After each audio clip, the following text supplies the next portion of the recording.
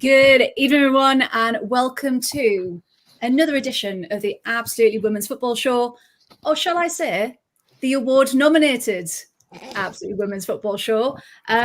If you missed it this week, I don't know how you could, but we have been nominated as a pod for 3 different awards at this year's FCAs, which is phenomenal. And we couldn't have done it without everyone that joins the chat each week, who kind of spreads the good word of women's football. So thank you so much. Voting is open at the moment, so if you haven't voted already, make sure that you do. There are links across socials, but we'll all retweet them out again as well. But yeah, so it's best in women's football, best new content creator, and best non-league as well. So if you can vote for us in all 3 categories, would be so grateful. But yeah, we couldn't believe it, could we, when the email came out? Because this show has been going 9 months. So not even a year yet, and we're being nominated with some fantastic people. So yes, thank you very much. Emma's voted already, sorted. Thank you. Don't need to do that thing people do on reality TV shows. Yeah. And the number to call is add 1 for the Women's Football Show. Yeah, absolutely. Like, if that was still a thing, that would be phenomenal. Thank you for everyone who's been chatting away already. Mark, you always beat us to it. Good evening. Good evening to Emma. Good evening. Thank you, Graham, for mentioning the award as well. Good evening to Matthew. I love that everyone's been like, award nominated. Yes. Yeah. Good evening to James as well. Good evening. Good evening to Sean. Oh, there's loads of you in the chat this evening. Good evening to Simon as well. Thank you. Lovely to see you. And of course, we've got Spenny Phone Chris as well. And yes, thank you. Thank you for your congratulations. Perfect. Thank you to everyone who has already voted. Unfortunately, if you do go to vote again, it automatically fills in what you've already done. So you can't vote more than once. I mean, not that I've tried, of course. Not that I've work on a work computer. Just saying. Ah, there you go. Yeah, all your different devices. Yes. Yeah. Get them running, get them going. What a good shout. Rosie Graham's got you already. There's most competitive. I've got a bone to pick with Rosie, by the way. Oh, go on then. Look, see, Rosie reaction face. There you go. There's a good Sorry? Rosie's tweet, right? They're all lovely tweets about how amazed we are. Rosie had to get in a dig about me being crap at quizzes. It was like, they're an amazing team if only they were better at quizzes. Like, I didn't say that. Good evening, Judy Murray.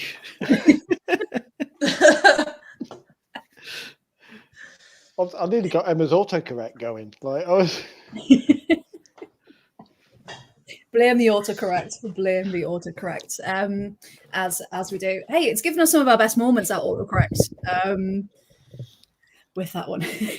So we'll take it.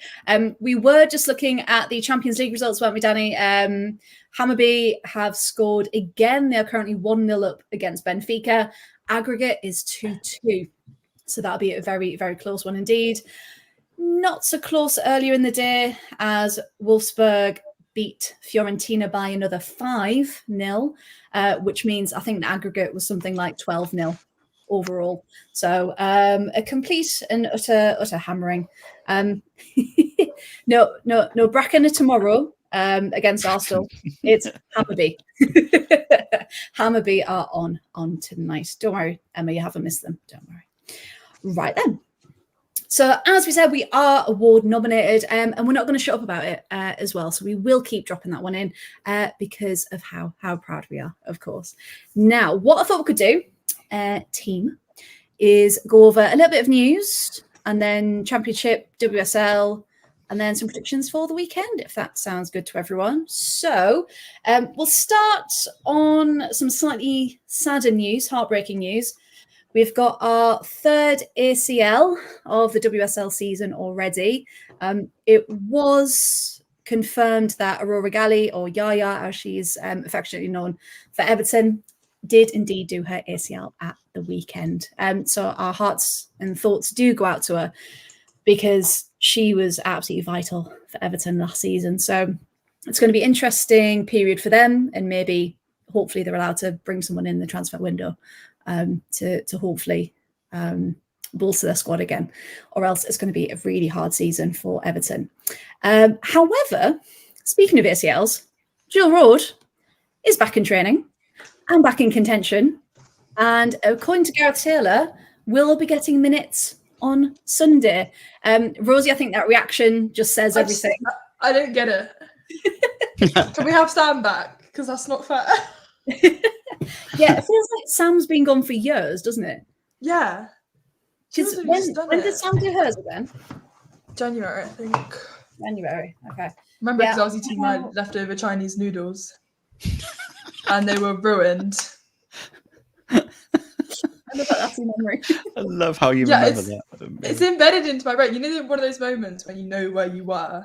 Yeah. I was on the sofa eating my leftover noodles, and I couldn't enjoy them. And have you had the noodles since, or is it? I have. So it didn't scar you too much. No, I'm not traumatized. Not the same noodles, presumably. I don't want to say the noodles. Same place, different noodles. It's different noodles. Hashtag same place, different noodles. Merch, please. There you go. First one of the night. Oh, our merch list is getting bigger and bigger. For Hey, we got loads of floaty L's this week, by the way. Oh, we have got loads of floaty so L's. many floaty L's. A couple of Thundy Bees to look forward to. Thundy Bees. Yeah, and we will clarify for everyone what classifies as a Thundy Bee and a floaty L later on. Now, Graham, I'm just going to star yours for later when we come back to the championship. But Sam has confirmed, good evening to Sam as well, you can vote on a different browser and it works. So if you've only tried on one browser, get yourself downloading them all and give us a little vote for those. We will not object. We will not complain. Okay, so next up, now another sad note. It's recently been a year since Maddie Cusack tragically passed away. And Paul, today there was an article came out with her brother, wasn't there? But unfortunately behind a paywall, but you were so kind to share it with all of us. Do you want to give us a brief overview about why that article was so important that it came to attention? I mean, it was horrific, like not in a article quality way, because it was written by Ben Mumsby, who is a Telegraph journalist, and it was basically an interview with Maddie Cusack's brother, Richard. And Richard has been an incredibly classy individual all year. In fact, he's kind of, to some degree, taken on the role of spokesperson for the family, because whenever there have been discussions, obviously her mum and her dad have talked a bit, but he is kind of there, and he was very much the person, I got the impression, who was the front man, if you like, of the MC8 Foundation, which is doing amazing work, by the way, everybody. For anyone who is unaware, the foundation set up in Maddie Cusack's memory, which you can find at MC8_foundation, I think, on Twitter. I might have to double check that, but we've got to give them a plug for that one. Also, as a Sky Blue, I want to pay tribute to a former Sky Blue fan favourite. Simon in the chat will say this: Gustavo Hamer, who, on scoring for Sheffield United at the weekend, paid tribute to Maddie Cusack. Did the whole lift his shirt, and it had the jersey with MC8 on it and all sorts. Yeah, I saw that. That was a really, really lovely touch, yeah. Which I thought was lovely. But yeah, Richard has been the voice. I believe he is Maddie's younger brother, possibly, by a year or so, because it's a big family, because there's Maddie and then there's two sisters as well, who are younger and who have been very much involved. But Richard, as the brother, has kind of taken on the role. And he did basically today, this is all leading up to the fact that it was an interview with him. And it's rare for him, because the interview actually stated he's maintained, it was described as a dignified silence throughout the year. But he'd finally decided to do this interview today and open up because he feels, as the family do, that women's football doesn't want to talk about Maddie. anymore. And there was actually a quote in it that he was saying it feels like a lot of the people in women's football want this to go away, because whenever it's mentioned, it's almost the thing we've complained about on here sometimes: don't say anything negative about women's football. And obviously this is very much a thing hanging over it. And it's a harrowing piece. He talks about the experience of finding out that his sister had passed away and being in the house while his mum and gran were both obviously wailing, and he was downstairs and Maddie was upstairs, and actually being asked, do you want to go and see your sister? And saying, you know, how this is, sorry if this is, I probably should have put a trigger warning on this actually, because for mentions of suicide or whatever. But basically it was, you know, I am a big bluff sarky Midlander, cynical as anything. And if I'm reading this at work with tears in my eyes going, this is unimaginable, like genuinely. And he openly said, you know, if I couldn't have dealt with it, because presumably the journalist had asked him something like, how do you deal with it? How are you? And his quote was, if I couldn't deal with it, I wouldn't still be here. I'd have just said, fuck it, I'm off. See ya. And it was obvious what he was referring to. You know, basically following his sister. And just the whole tone of it, it was a lot of very quiet, focused fury about how women's football has basically completely forgotten Maddie, and there's all these tributes and there's all the showy stuff. But he said something along the lines of, we have to trust the FA until we're given reason not to, with this inquiry, which has taken 9 months. And I think there was a quote in there where he basically said something along the lines of, we know what happened. We know what Jonathan Morgan did because we spoke to Maddie about it, and hopefully the truth will come out.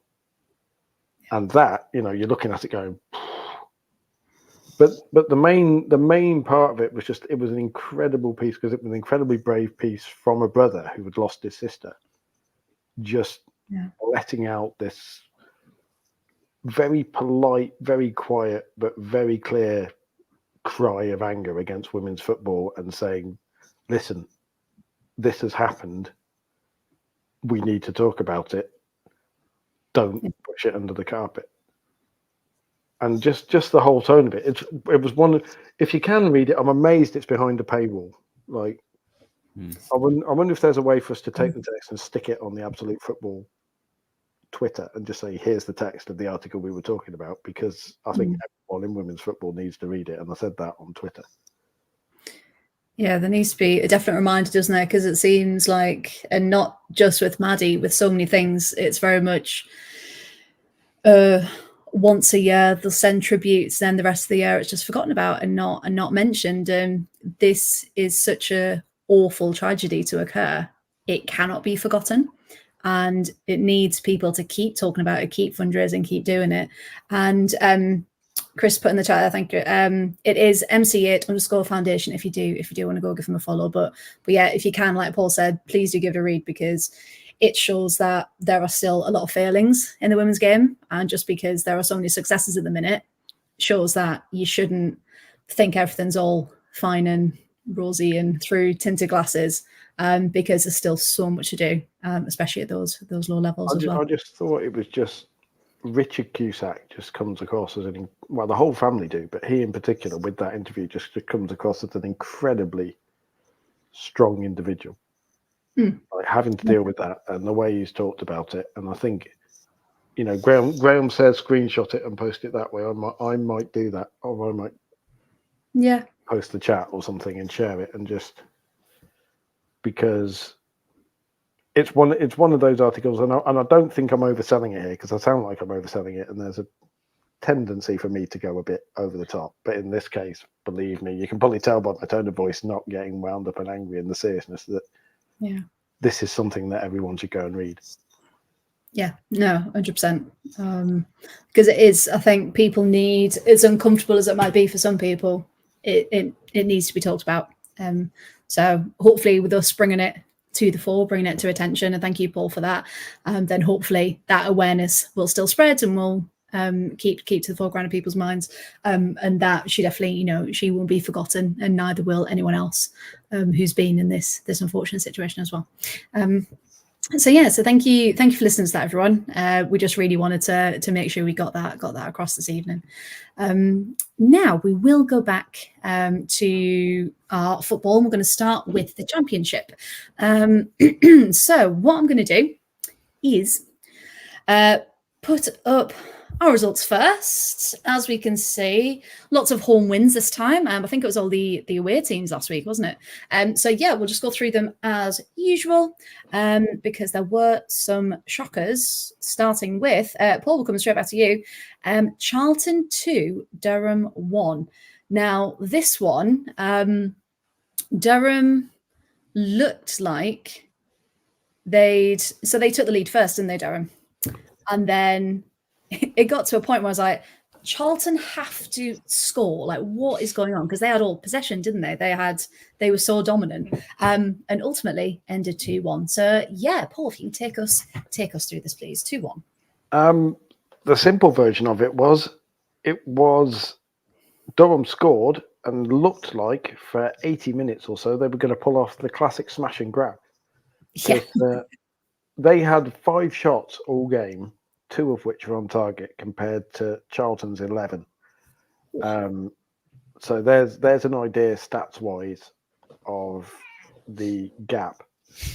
And Lily Costwaite scored, and I remember seeing that because I was following through all of the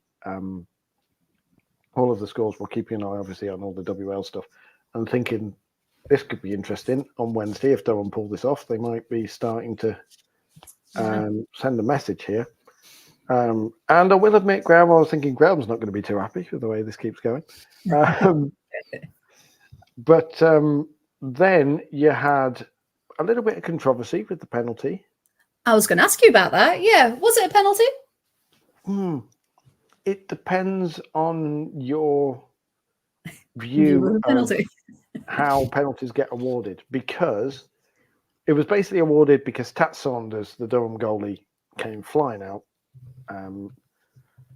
played the ball, but took the forward out, almost simultaneously. And I've seen arguments both ways, because I've seen arguments she got both hands on the ball when she played it, but she did collect and go through the player in the process of sliding for it. So yeah, it's it's a 6 of one, half a dozen of the other. Flip a coin for it. Schrodinger's penalty. It both was and wasn't. There you go. Hashtag Schrodinger's penalty. Okay, I know t-shirt. Yes, please. But for me, because I like to give forwards the benefit of the doubt, it was a penalty. Okay. Because I think if goalies are going to challenge for a ball like that, they've got to get to it, and they've got to clearly get to it. Clearly clear, mate. Yeah. And if it's a case of on a wet pitch, you slide, knock the ball away, and then a second or so later, take the forward out, then no penalty. But this was almost simultaneous. So this was one where it could have gone either way. And I lean on more on forward side, because I think goalies are far too protected. Not least the one who commentates. Sorry, not super dig. But I think goalies are far too protected anyway, and we will talk about that in the. I'm trying to think which one it was. It might have been Man City versus Arsenal. It might have been Chelsea versus Villa. There was definitely a situation where I was like, hold on a minute. But it was a penalty, and Katie Bradley finished it absolute ice cold penalty. In terms of the way it was finished, straight into the corner. Classic, you're not stopping this penalty. Yeah. And then 3 minutes later, she got another one. And Charlton already starting to do the, pull out the wins. This is what they did last season, where you thought, oh, okay, they've got to lose now. And then they pull out a point, or they pull out a win on that 17 match or so unbeaten run. So good. And just, yeah, I am really starting to get on the Charlton bandwagon as far as getting promoted goes. You know, every week I'm watching them and thinking, yeah, there's something more there adding to the something about them, isn't there, this season? Yeah, absolutely. And of course, the comment that I started from Graham earlier was, let's start with the important question: who's top of the championship? I wonder why you wanted to talk about that, Graham. Now, yeah, because if we do look at the table just a bit prematurely, but we will, Charlton Athletic, of course, are up there on 9 points. And I mean, we know it's only been a couple of games, it's only been 3, but it's a very, very wonderful position to be in for this one. Perfect. Anything else for that one, Paul? Or was that it? No, not really. That pretty much. No, that's fine. That pretty much sums it up. No, that's right. I was like, I realised I took over there and started talking about something else, just in case. Just in case I cut you off. You know what I like. I can talk forever. Like Luke says, Durham have been very, very impressive compared to last season, and they have. Yeah. Which makes they look like a means, different team. you know, they're the type of banana skin that can derail, particularly in the early season, teams with ambitions of titles. Like I'm looking forward to Durham playing London City because I don't think London City will fancy Maiden Castle at all. No. You know, I don't. You know, Sophia Jacobson in a field getting kicked up in the air by Becky Silicki. I think that'll be. Might have to go at that one just to see. that'll be an interesting one, and it was arguably Charlton's first real test because they sailed past Portsmouth pretty well. Last week they sailed fairly comfortably against a spoiler team in Sheffield United, who, although they shithoused a lot, never really looked like they were going to. You know, the result was never really in doubt there. It was genuinely in doubt here. It was a different type of team, and for Charlton to face a test like that and pass it, I think bodes very well for them. It's very, very impressive indeed. And Graham's welcoming everyone on the Charlton Express because everyone's welcome aboard the train. The finger bust. I was trying to make something witty in my brain, just wasn't working fast enough there. Need an energy drink or something for this one. Right, okay. We're going to come to me next, I think. For Birmingham City 4, Portsmouth 0. So like Paul just said last time, another team have really just glided past Portsmouth. Now, Birmingham, fantastically strong start to the season and continued again at home this week. A lovely Libby Smith on the turn for the opener. I don't know if anyone saw that one, but a lovely bit of skill there to take the lead. Lucy Quinn, I know she was good last season, but this season she just looks like, I don't know, like such a high class player. And again, I think really underrated. I think she's going to be up there for assists this season because two assists she got in this match. The first one was a lovely cross in for a Lee Gu-min header, which was her first of the afternoon, which was a lovely, lovely goal. And then the third one came from this lovely bit of team build-up play. It went out on the right from Ava Baker, went across to Fuso in the middle, and just laid it off for Lee Gu-min again, who hit the back of the net. And it was beautiful, if I do say so myself. And then in extra time, 92nd minute, it was Quinn squared for this one. Lucy Quinn with, again, from a corner, just the in-swing was lovely. And then big Louise Quinn nodded it in the back of the net, which was quite nice as well. So yeah, 4-0, really easy game for them, but you could tell they just wanted more. So you can see that fight, that determination is really there this season for them. Portsmouth nearly got one back, though, in the dying moments. There was a mix-up at the back with the goalie, but Barrett just managed to hit the crossbar. But if that had gone in, that would have been probably one of the moments of the season so far. But yeah, very, very convincing 4-0 win for Birmingham. And again, I think that's going to be another one of our teams. I know we're talking about top contenders, but if we have a look, very, very close on Charlton's heels with a better goal difference as well. And again, we've said only 3 games in, but it's looking incredibly exciting already. Right then, next up, we're going to go to, let's mix it up a bit. Let's go to Newcastle, Sheffield. Rosie, talk us through this one. So it's 2-0 to the home side. Sheffield just looked a bit lost, didn't they? What did you make of it? Well, I've actually got notes for once. Look at you. I've come prepared. Because Very my nice. brain's really scattered, so I actually need to remember what happened. Shania Hales.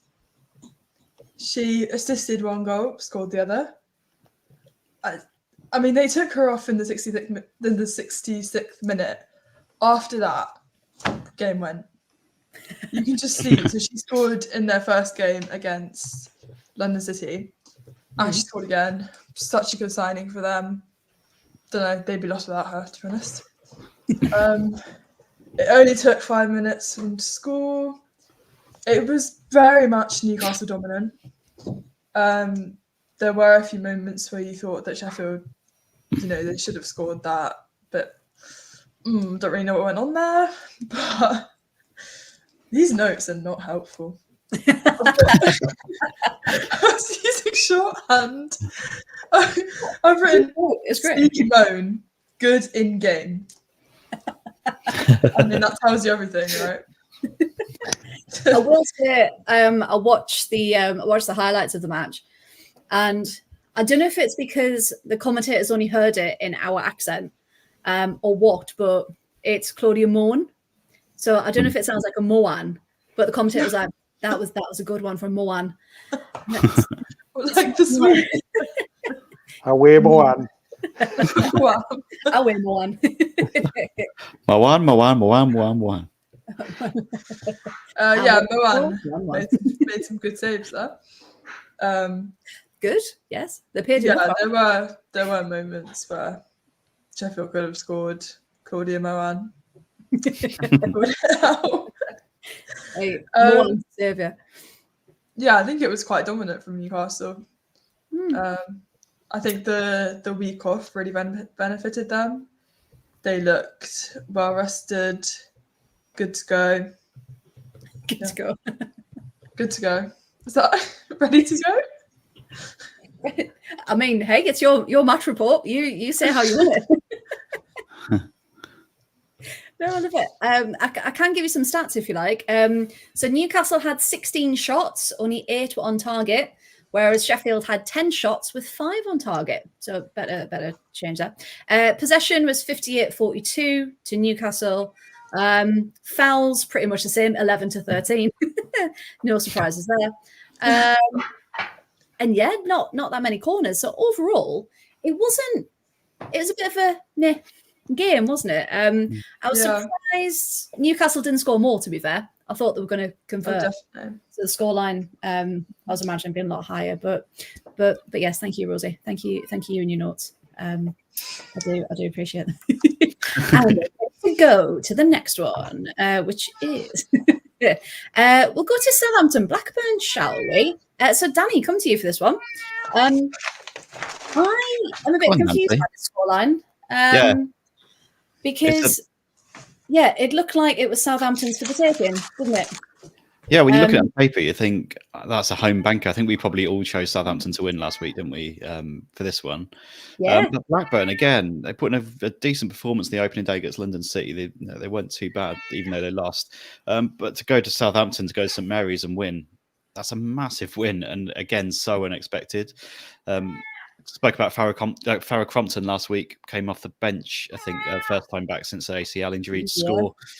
Scored the winner in this one. And it was just a case of Southampton trying to break them down. I think once Blackburn got the goal, Southampton just really struggled to break them down. And that's quite concerning for them. I think, if they can't break down a team like this.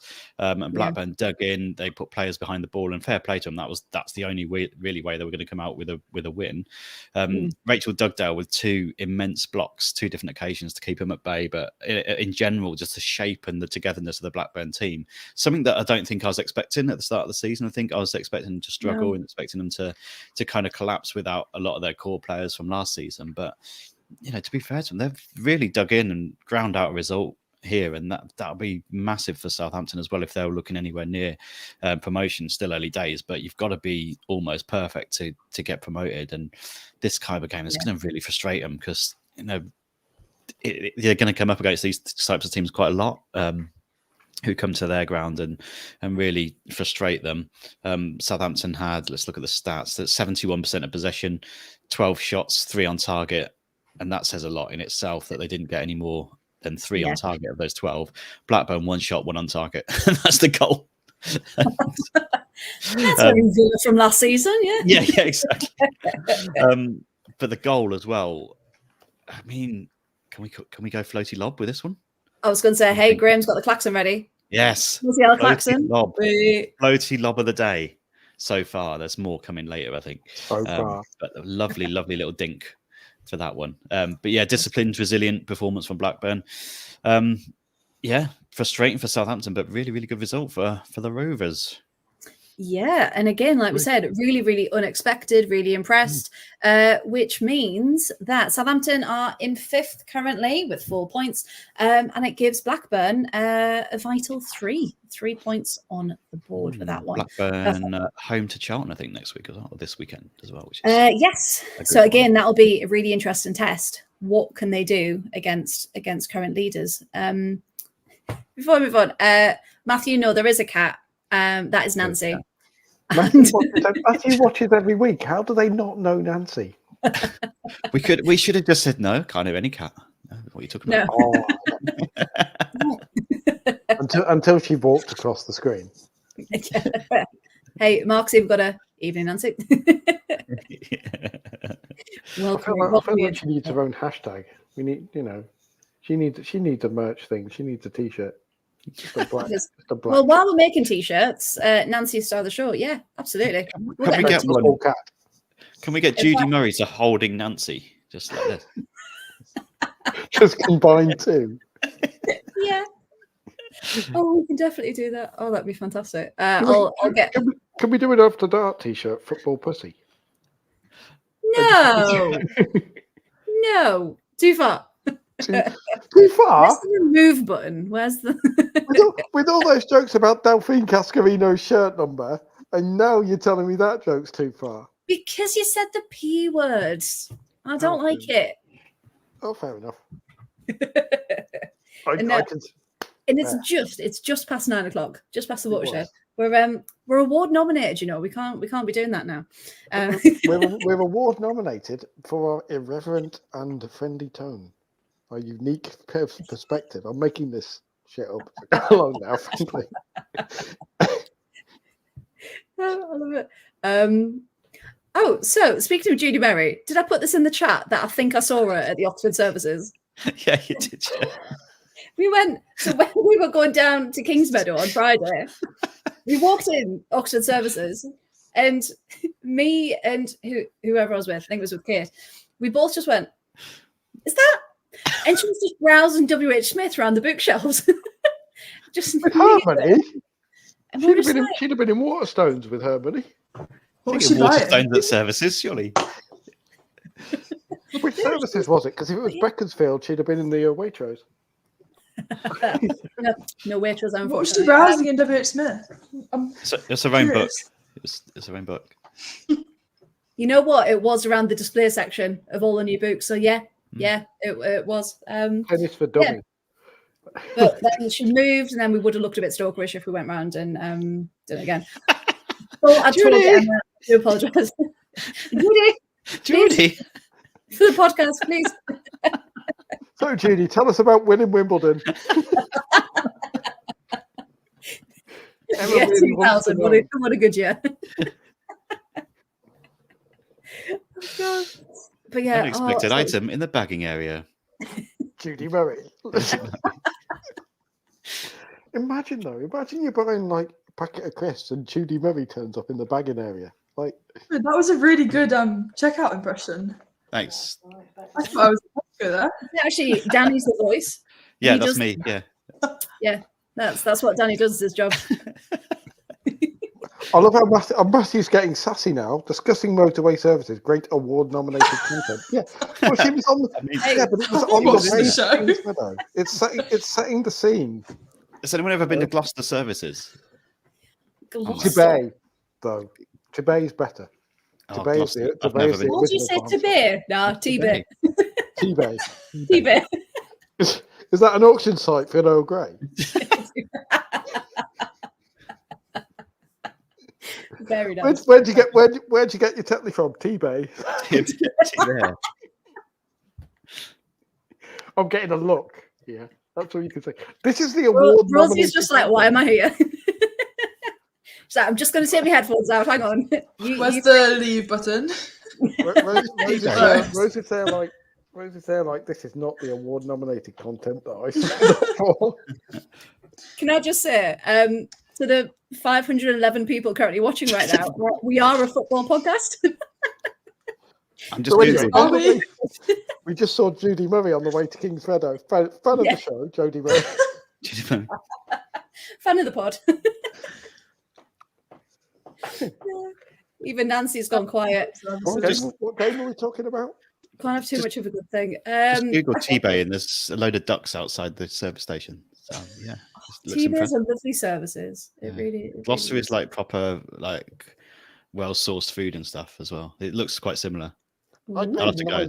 paid £6 for a sausage roll at Gloucester Services on the way down to Ashton Gate. £6. It was not worth £6. It really wasn't. I got ripped off for a sausage roll, and Coventry United bloody lost as well. So like, Really, it was crap deal round. And you didn't see Judy. I didn't see I Judy. didn't see Judy. No, And I I might was- tweet her and just be like, "Hi, Judy. Were you at the services on Friday?" If so, hello. Doesn't matter which ones. Just were you at a motorway services on Friday? It's supposed to be. Hey, it's kind of related. I was on my way to the football with the service station, so it totally counts to be on a football pod. To be honest, and I will just say, bonus points to me for matching my drink with my top. So I think about 100 points will do for that one. That sounds good to me. Award nominated. Award nominated. Yeah. That's what that was. And that's how we are as a podcast. We just go the extra mile for your Usually to the motorway services to see Judy Murray. But anyway, In fact, everyone in the chat, what's your favourite motorway services? I've got a shout out for Fleet. There's one for Fleet. Graham was at Fleet.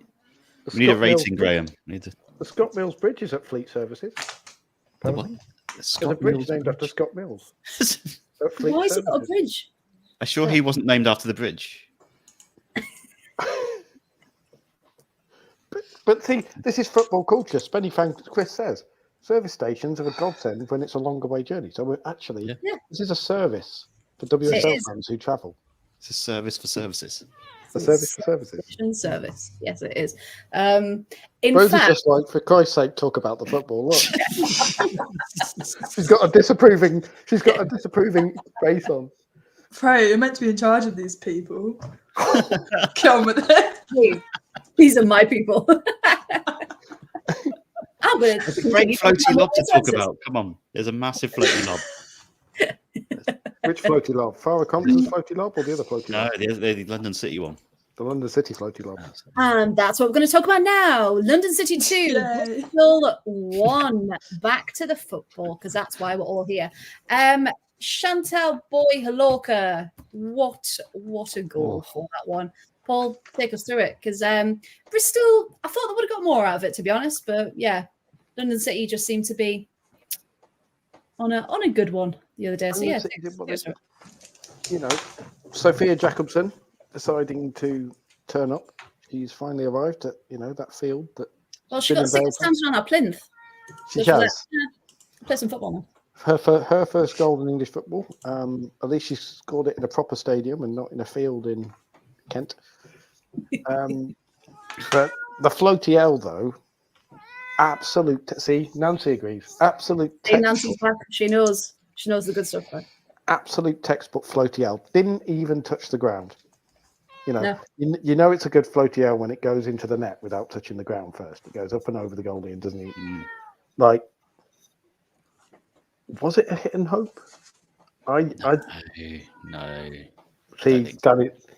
Danny is not impressed. She saw the keeper off the line and was like, no. She saw that. Yeah, she spotted it.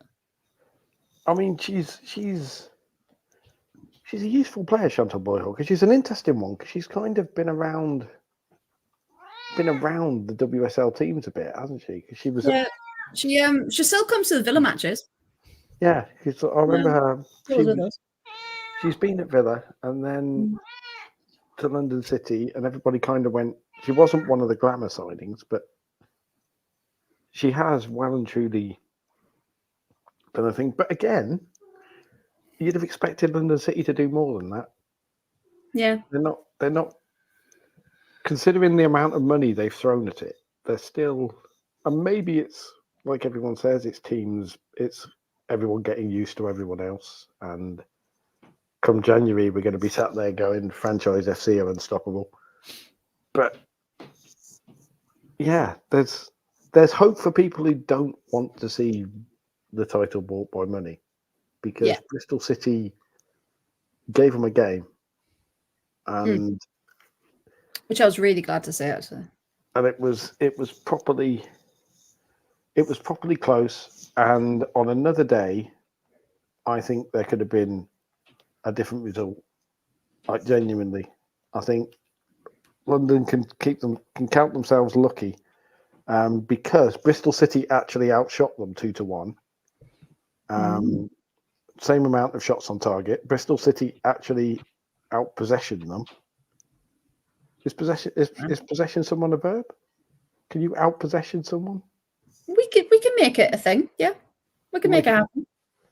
Well, it's Polish. It's my version of English. And would it be dispossession? No, dispossession is when they unpossession. I'm thinking of my prefixes. You go. I'll think in my head. Outpossessed. Outpossessed. I still don't think possession is a verb. Yes, it is, because you can possess something, but you can't. That's a different podcast. Yeah, that is a different podcast. But Amali Testrup as well. Yes. For Bristol City scoring. And just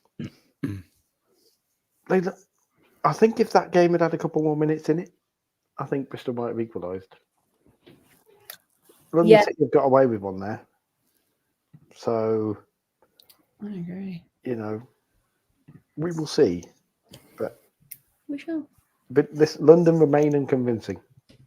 All your money can't buy you convincingness. Because they're sat there behind Birmingham and Charlton.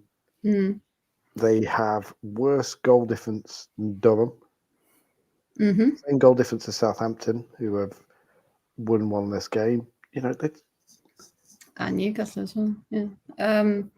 Yeah. And even so, the two we always talked about, wasn't it? Were London City and Newcastle buying a lot of players, buying their way in. And it just shows at the minute. Again, only 3 games in, we know, but they haven't gone straight at the top. They're having to really work for it and show that they're there. Absolutely.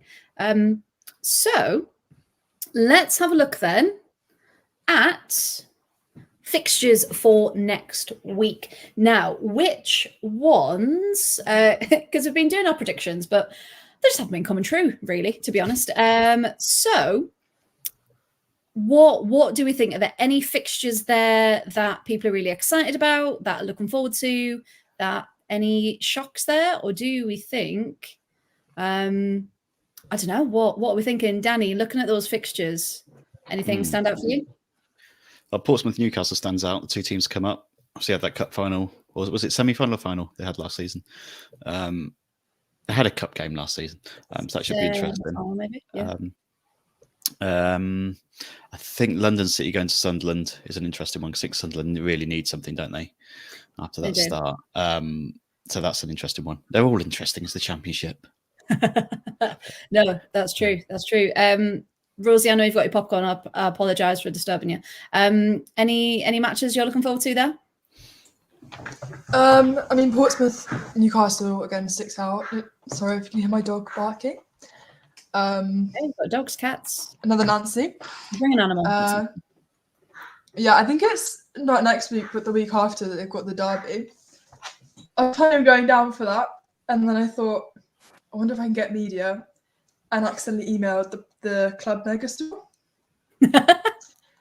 instead of a media person. So that was dumb. Oh, I love that. But still might go down.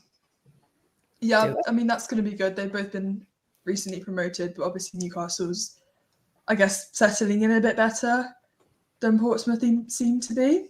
So I think that'll be an interesting matchup. Yeah. I'm looking at Durham, Birmingham City. I think that's going to be a cracker next week. Paul, anything there that you think, oh, can't wait to watch that one? I'd have picked Durham, Birmingham City because I think that will be a huge test. Yeah, absolutely. Again, for Birmingham City, that'll be a litmus test for them, the long trip north. Blackburn versus Charlton. I find I wouldn't have found it as interesting before Sunday, but now Blackburn have done a number on Southampton. Yeah. In a game that we very much would have expected Southampton to win, if they've got any ambitions of getting up near the top. This is a banana skin game for Charlton.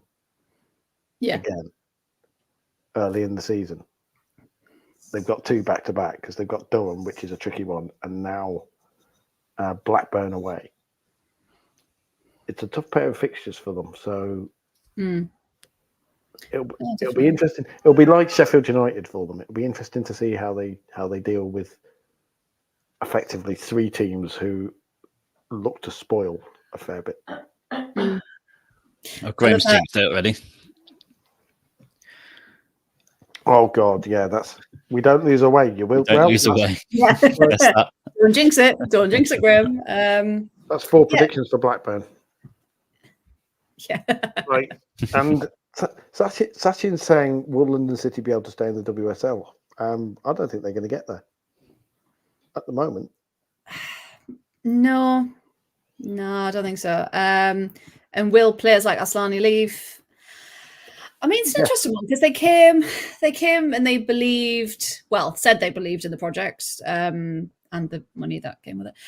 But yeah, if they're not playing where they believe they should be and the team's not performing as they should, then same as any other player, to be honest. If the team's not, I think they're going to get a bit of a shock in the first few weeks of the season, especially when they come up against likes of Birmingham and Charlton. I think they could really well get us like, oh, didn't realise it was this hard kind of thing. Because both of those 2 top teams have really got it together already. So hopefully they can keep it going because it's, I'd like to just see them, both of them, pip London City. WSL in January for both of them.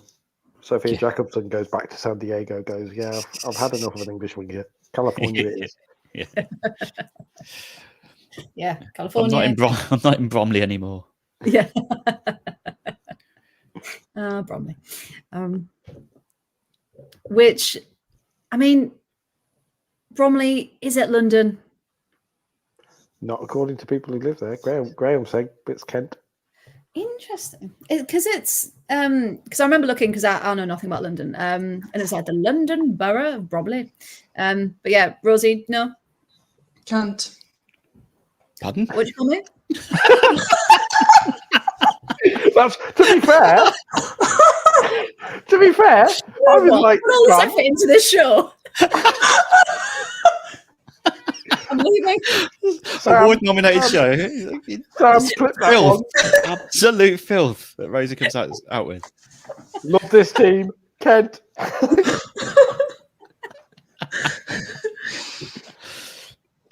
Yeah. Moving on. Pressure of success. Team already breaking under the pressure of success. You just don't know what's going to come out of our mouth. What's next? Just egos everywhere, I know. Arguments. First, just telling us to get on with it, and then she's calling us that. Disgraceful. What do you think of the Bromley services, Rosie? Don't ask. Google's I've learned nearest M25 services to Bromley. Right, I'll double check that now. Yes, that will be flipped. And Rosie will be tagged.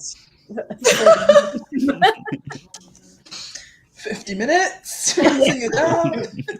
Yeah, Sam, 15 minutes if you just go back. You don't need any other clip, do you? No, That's a reaction clip. that's it. In fact, we can stop the show now, guys. We've been nominated. Repeat. We've got- Just what does the pod think about Chelsea being scored against? Just that clip. Just have it ready for every single time. What do we think of Mark? What do we think of Mark Skinner? Just that clip.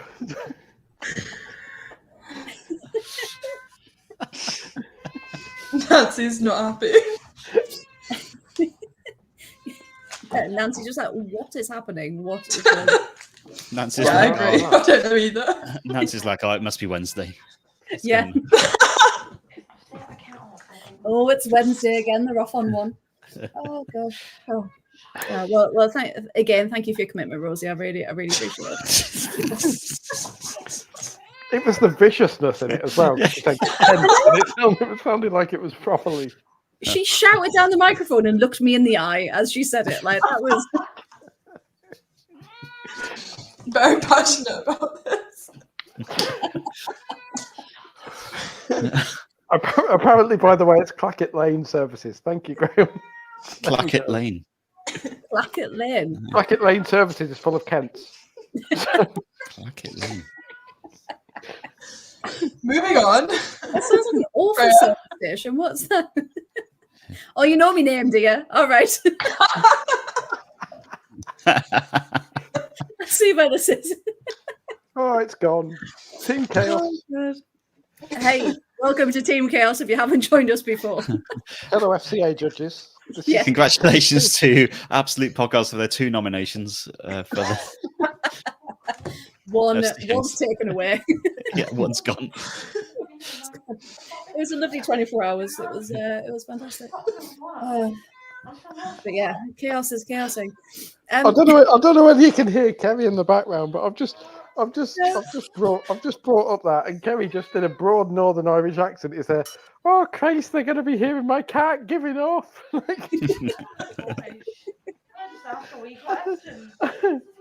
love that we can hear her as well, but not like every word. It's just the intonation of.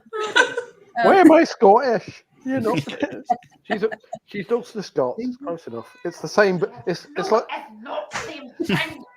It's like Mark Skinner says, it's the same but different. Do you know one of the judges on the FCAs, by the way, is Peter Drury. I'm just imagining one of the best commentators of all time just watching Nancy yelling. Like, imagine. He's there giving it the full. Oh. So if you would like to vote for us for the Best in Women's Football, the link can be found across our Twitter. Because I think we deserve it, to be honest. Funniest in women's. You will not get this anywhere else. Funniest in women's football. Yes. You will not get stuff like this anywhere else. We are unique. Oh no, we are iconic. In fact, We are hashtag vibing. It's giving iconic. We have the Riz. We're just gonna leave. As Rosie She's just done. falls in on herself, like, no. First one never to not quit what the it means. podcast halfway through. It's full cringe.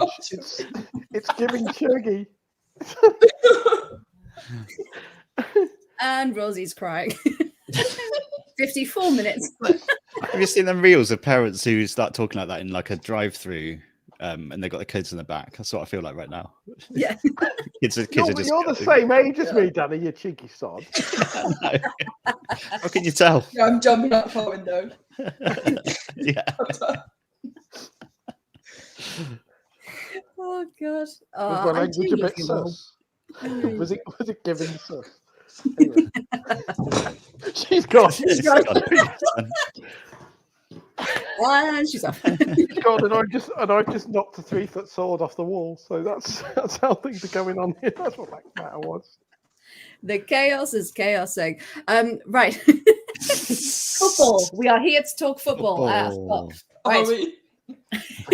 No, we're not. It's all a ruse. It's all a ruse to get some fans in. Right now, Hashtag content. this one.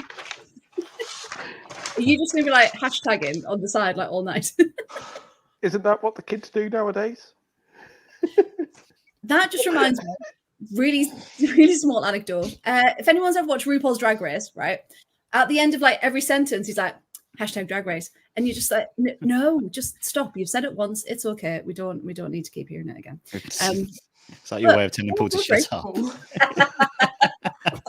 Yeah, Paul, Really remind subtle, me of RuPaul. Paul and RuPaul. Yes, done. That's what it is. Up for a season.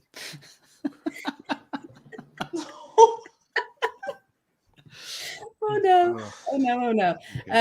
Now I have to do this. I've got bills to pay. I've got dogs to put through college. Now there's a deep cut Drag Race reference for you. You see, I'm down with the kids. Hey, I love it. No, it's good. It's good. Yeah, Simon. Are we talking about football? So we're talking about service stations. Hey, we're just the show that keeps on giving. That's what we are. We're just so many ones. Now we could start with the best game of the weekend, which was Chelsea Villa, or we can leave that to last. Rosie, what would you like? Whatever you want. I've only got 2 notes for that game. Do you want to hear them? As in 2 words or 2 bullet points? 2 notes, 2 bullet points. I'm hoping it's got 2 words after that earlier. It's just one word. It's one word. We're not allowed to say. In capitals. After that, wouldn't be surprised. Yeah. My first note Go on then. is ask Freya about Olaf. Yeah. What? I mean, I've seen it before. I've never been able to ask. Okay. I'm glad that your first note wasn't about the football. I was just confused. I need your notepad. Just your note.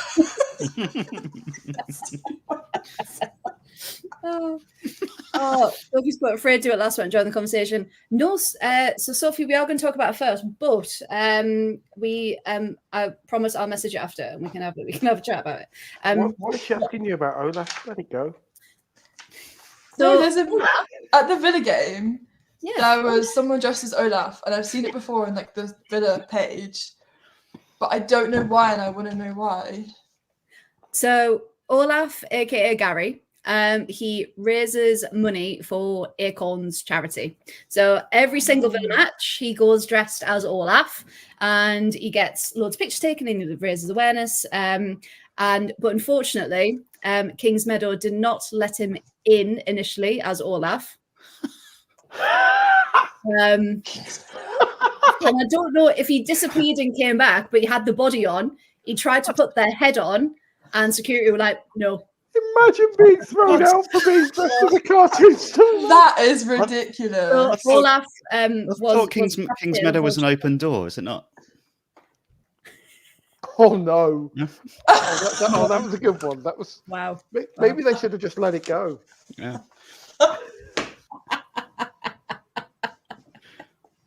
Oh no! Oh my god! But he tried to put the head on at the end, like whenever it happened, and security was like, "No," and he was like, "But you've seen my face, like I'm not hiding anything." And he's like, "No, upstairs are saying that you're not allowed it on." Upstairs. Upstairs. The North Mountain. The North Mountain say no. Is there an upstairs at Kings Meadow? The magical winds brought it down. Apparently, yeah, up on the rafters, the upstairs. Wow. Yeah. Don't worry, I'll get in touch. Yeah, but I'll no, contact that's my Gary. Chelsea higher ups. They didn't want to see a snowman. They didn't want to see a snowman. Or build one either, because they kept like taking them apart. Okay, I can take that one off. Does he do it? Good journalism, good reporting. Take that one off. Olaf done. Research done. That's the Olaf done. Were the Chelsea stewards from Kent? Because it sounded like they acted like they were. Get a bit Kenty. Getting a bit Kenty. Oh, Rosie. What's the other note? That's fans of pure bungalow, nothing upstairs. Oh, that's fantastic. I'm going to start calling people bungalows. Rude. That is superb. Oh, that's I've really got an upstairs. You've got an upstairs. Someone's doing well. She's got an upstairs.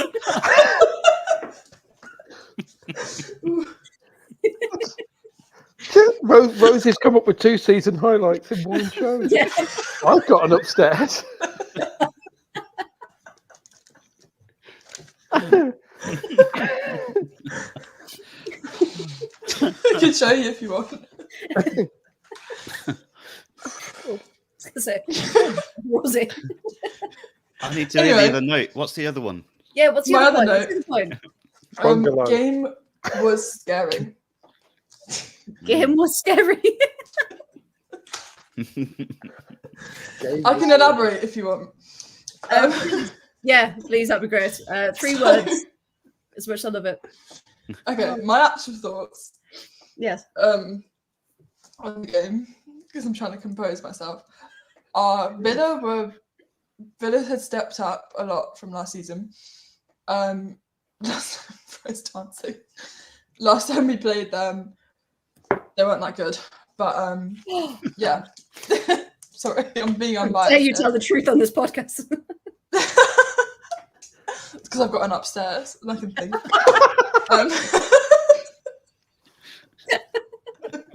Come at me. Got an upstairs. Yeah, go on. I dare you. Come fight him. You know where I am. Come at me. I've got a box room. Anyway, I thought Villa had managed to get quite a bit of possession. Hannah Hampton had to pull off some pretty incredible saves, especially from Sabrina D'Angelo. Yes. Do you know what? I shouldn't say this, but if that had gone in, fair play. Would have respected it. Oh. Yeah. Obviously would have been sad, but fair play.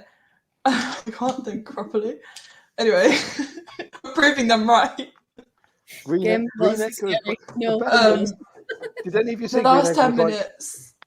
was like, Yeah, the last 10 minutes was terrifying. Those, honestly, so me and Rosie were both at the game, and we did a wave, and we got a picture. That was nice. We managed it. Honestly, that was the best game of football. Like, honestly, from a Villa perspective, considering how quite naff last season was, to be fair, that on Friday just kind of cemented everything. Like, it felt like a win. That was the first game in a very long time. We went away. I love that your signal's really laggy, so we're just getting like the stats like through, and I'm like, all right, I'm just trying to tell you about this match. Hang on. Oh. Well, let me have my moment. and breathe, everybody. Award nominated. No, so as I was saying before, I was really interrupted. That was like the best night and felt like a win, Rosie. Felt like a win. That we could have walked away from a match thinking, like, that was a fantastic performance. Like, you couldn't be angry at it. The only thing you could be angry at was the fact that they didn't score. The fact that there wasn't a point. But the fact that they look so cohesive and they look like there's a passion and a fire and they were attacking. Like, when was the last time you saw Villa, like, attack and play? Like, it was just completely revolutionised. And Robert Powell talked about his new philosophy and how he's trying to get, all the team on board and everyone together. And he's managed to bring in some players that were so under the radar, like Chastity Grant. Everyone, Paula Tomas was phenomenal. Like, if you don't know her name now, like, you will do. And it was just the fact that did you have any stats on your notebook, Rosie? No, I only had the 2 notes. I can get them up. Okay, So, I mean, remember that Chelsea, how incredible they are. Like, no one's taken that away from Chelsea, of course. They both had 13 shots. Chelsea and Villa had 13 shots each. Okay. Chelsea had 4 on target. Villa had 5 on target. Okay. Possession was 47-53, 53 being to Villa. Villa had more passes. It was 81-80 on pass accuracy. Like, that's not the Villa team that everyone was expecting. And the fact that if you watch the commentary, there's always a bit of London bias, like whether you agree or not, but no one really mentioned Villa at all performing until Steph Houghton on the Arsenal game the next day. And she was the first one to be like, actually, Villa did quite well. So the fact that it's just been a complete revolution, we absolutely loved it. And we were absolutely buzzing. There was such a purpose about Villa, wasn't there? Like the energy and the pressing, the way that you go to Chelsea and to try and win the game. I thought it was so impressive. Like you said, you talked up Thomas last week, didn't you? So I threw her straight into my fantasy team. I think she's going to be great this season, like powering forward. I thought Lucy Parker dealt with Ramirez really well as well. And just overall, I would have just loved it if that header went in at the end. The Angelo header. That header, honestly. How high she went up there. She almost went upstairs when she was leaping up there. It's like she'd seen something in the upstairs window and she wanted to go and grab it. She was just so high up.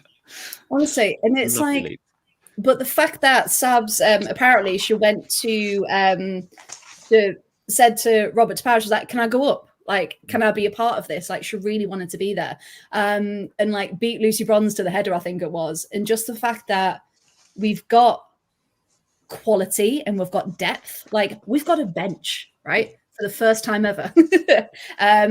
So it was just like when we made substitutions, we had more quality coming on, and it wasn't just a starting 11 and then a couple of other players who just happened to be there. Like everyone on that team earned their place.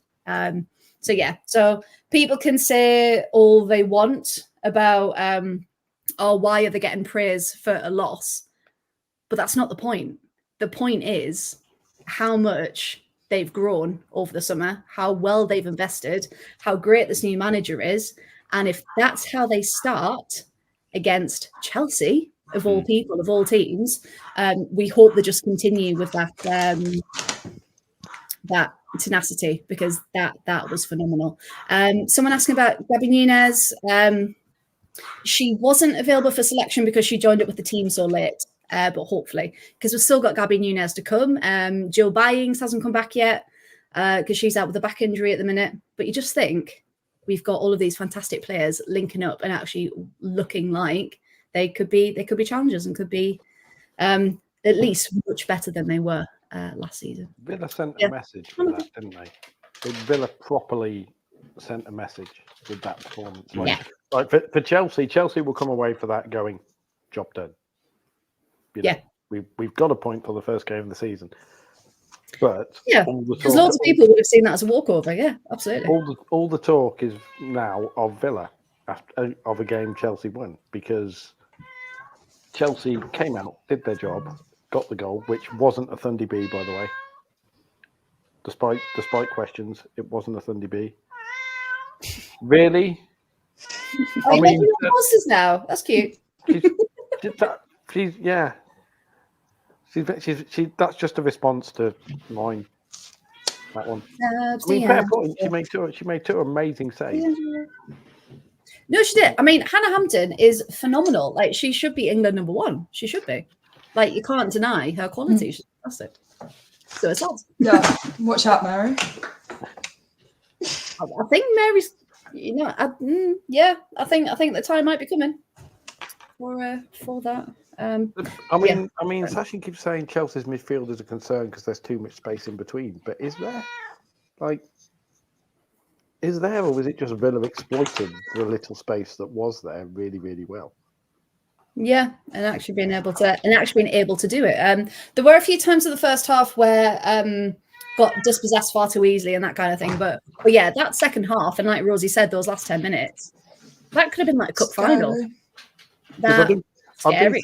I do think there's going to be a tendency for people to say Chelsea played badly in that game, because the focus in a game like that will be, oh, Chelsea must have played badly for Villa to run them that close, which is massively unfair to Villa. You know, and like you say, nobody mentioned Villa's excellent performance until Steph Holton mentioned it. And everyone is desperate to look for weaknesses in Chelsea as well, I think, this season, because there is a desperation to crown either Man City or Arsenal champions. And it's, well, isn't that better that there's more jeopardy? There's more, it's not going to be a 2-horse race. There are more people in this race. I mean, the fact that, if we all just take a minute, Brighton are at the top of this, like, Brighton absolutely smashed it. After one game. Chelsea are languishing in football. Let's calm down. I mean, Chelsea are 4th, Rosie. How do you feel about that? Take a step back. Chelsea's sitting there 3 points off the relegation zone. This is dreadful. On you're out, honestly. Oh, that's such a bad season. I mean, Go on, say that. Say that next week. Day. Oh, she's threatening now. Whew. She's going to be outside my window. I'm just. I mean, she was the other week, and that was for less than this. I mean, she might struggle because I'm upstairs. So yeah. You know. When was I the other week? Oh, you can't remember being outside Paul's window the other week?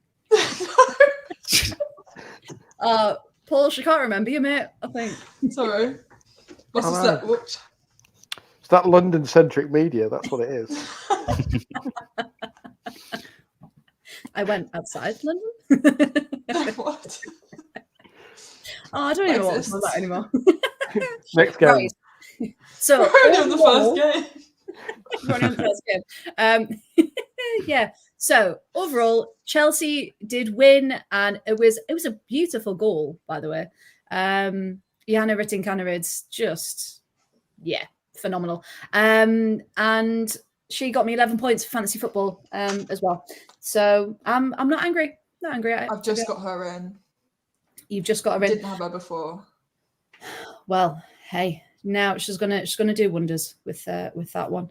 And I'll be talking about who else I took out of my fancy team after she got a red in her match. Brooke Aspen. Right. Let's go down to. Wait, can we just talk about Brooke Aspen for 1 second? She got a red card. Yeah. And will face her suspension against Chelsea in a game which she couldn't play in the first place. Yeah. Ooh, wow. Took one of my notes. That's my second note of that game gone. So let's scribble that out. Well, I'll tell you what, let's talk about it now, shall we? So it was Spurs 4, Crystal Palace 0, while we're on the topic of Brooke Aspen. -2, I think she got me, or -3, I can't remember. But either way, I was fuming that she took points off my fancy team. But yeah, Danny, I believe this one was yours. Nearly Rasso. Oh, I mean, making a statement as they do. So yeah, tell us about this one, Danny. Yeah, a slightly harsh result for Palace, I think, over the overall. Obviously, Tottenham deserved it, but Bobby Vill's masterclass. For 100%, Bobby Vill's doing his thing, and Razzo. It only took her 19 minutes to get off the mark. I don't know if everyone's seen this goal, but she picked up the ball, beat 2 defenders, and just kind of slowly slotted the ball into the corner. It was a lovely goal. That's exactly why I got excited about Razzo coming to Spurs. I think they're going to play exactly into her hands. She's going to be great there, working off whichever forward it was. I was a little bit surprised to see Martha Thomas start in front of Beth England because I'd captained Beth England in fantasy. So I was a bit annoyed at that. I was like, get off the bench, Beth, crying out loud. But I think she's going to work really, really well. They should have a fantastic game. Spurs completely on top. Palace didn't really get into the game. And it's one of these which I did fear a little bit for Palace, the way they play or the way they try to play, that sometimes they're going to get hidings like this. coming up against a Spurs team that are really together. They've had that first season bedding in last season, obviously got to the cup final. I thought Yanez in the Palace goal, she made about 14, 15 saves in this game. She was phenomenal. Was mad, was it? Yeah. Yeah, crazy game for her. And once Spurs got the second, they just didn't look back. Jess Naz, a no-look pass from Drew Spence as well, by the way, to set her up for the Jess Naz goal. Lovely stuff. She's like looking that way and she's passed it forward, because that's what a no-look pass is. I didn't really need to explain that. But there we go. Appreciate it. Palace took 74 minutes to get a shot on goal. That was Annabelle Blanchard, predictably. But then Tottenham got the third. England did get an assist, so got a few points. Spence slamming it in. But then, the Thunder bastard for 4-0. Yes. Martinen, what a strike. Thundy B on the first day of the season. Absolute stunner. And I think it was just Palace getting completely tired in the last few knock-ins of the game. Spurs look really good in terms of the squad strength as well this season, the players that they can bring off the bench and have an impact. And Brooke Aspin, I don't know if you've heard, but Brooke Aspin got sent off. Minus 3 points. I've just checked. -3. So she basically got 2 yellow cards in like one play because she did the foul and then she kicked the ball away. So, I mean, you might have heard this somewhere else, but she now serves a suspension against Chelsea, who is her parent club. So she would have missed the game anyway, which is incredible. Sorry, Danny. Stole that from you. Yeah. That's one of my good stats that I've just heard about, but it's so ridiculous. It's just like, she was going to miss the game anyway, and she's suspended for it. So happy days all round. And I think Palace did all right, but learning a few harsh lessons about the WSL, I think, so far for Palace, but hopefully they can bounce back quite quickly against Chelsea on Friday. Oh yeah, because it is, isn't it, against Chelsea? Yeah. Home game though, so you never know. Live on telly. Live on the telly box. Looking forward to it. On the Sky Sports, yeah, good. And Oroth, I think Oroth, looking really good as well. Again, like you said, like those transfers coming in as Spurs, again another contender. With that one. I mean, just the joy that they're playing with this, playing with their freedom. I know it's very early days, obviously playing against the promoted team in the first day, but the look of them as a whole, like I say, the players that can bring off the bench, the squad overall, is looking promising for Spurs. I'm excited for Bobby Vills and his merry band. His merry band of players, yes, absolutely. Great. Hey, Grim's on it. The rule just says miss next game.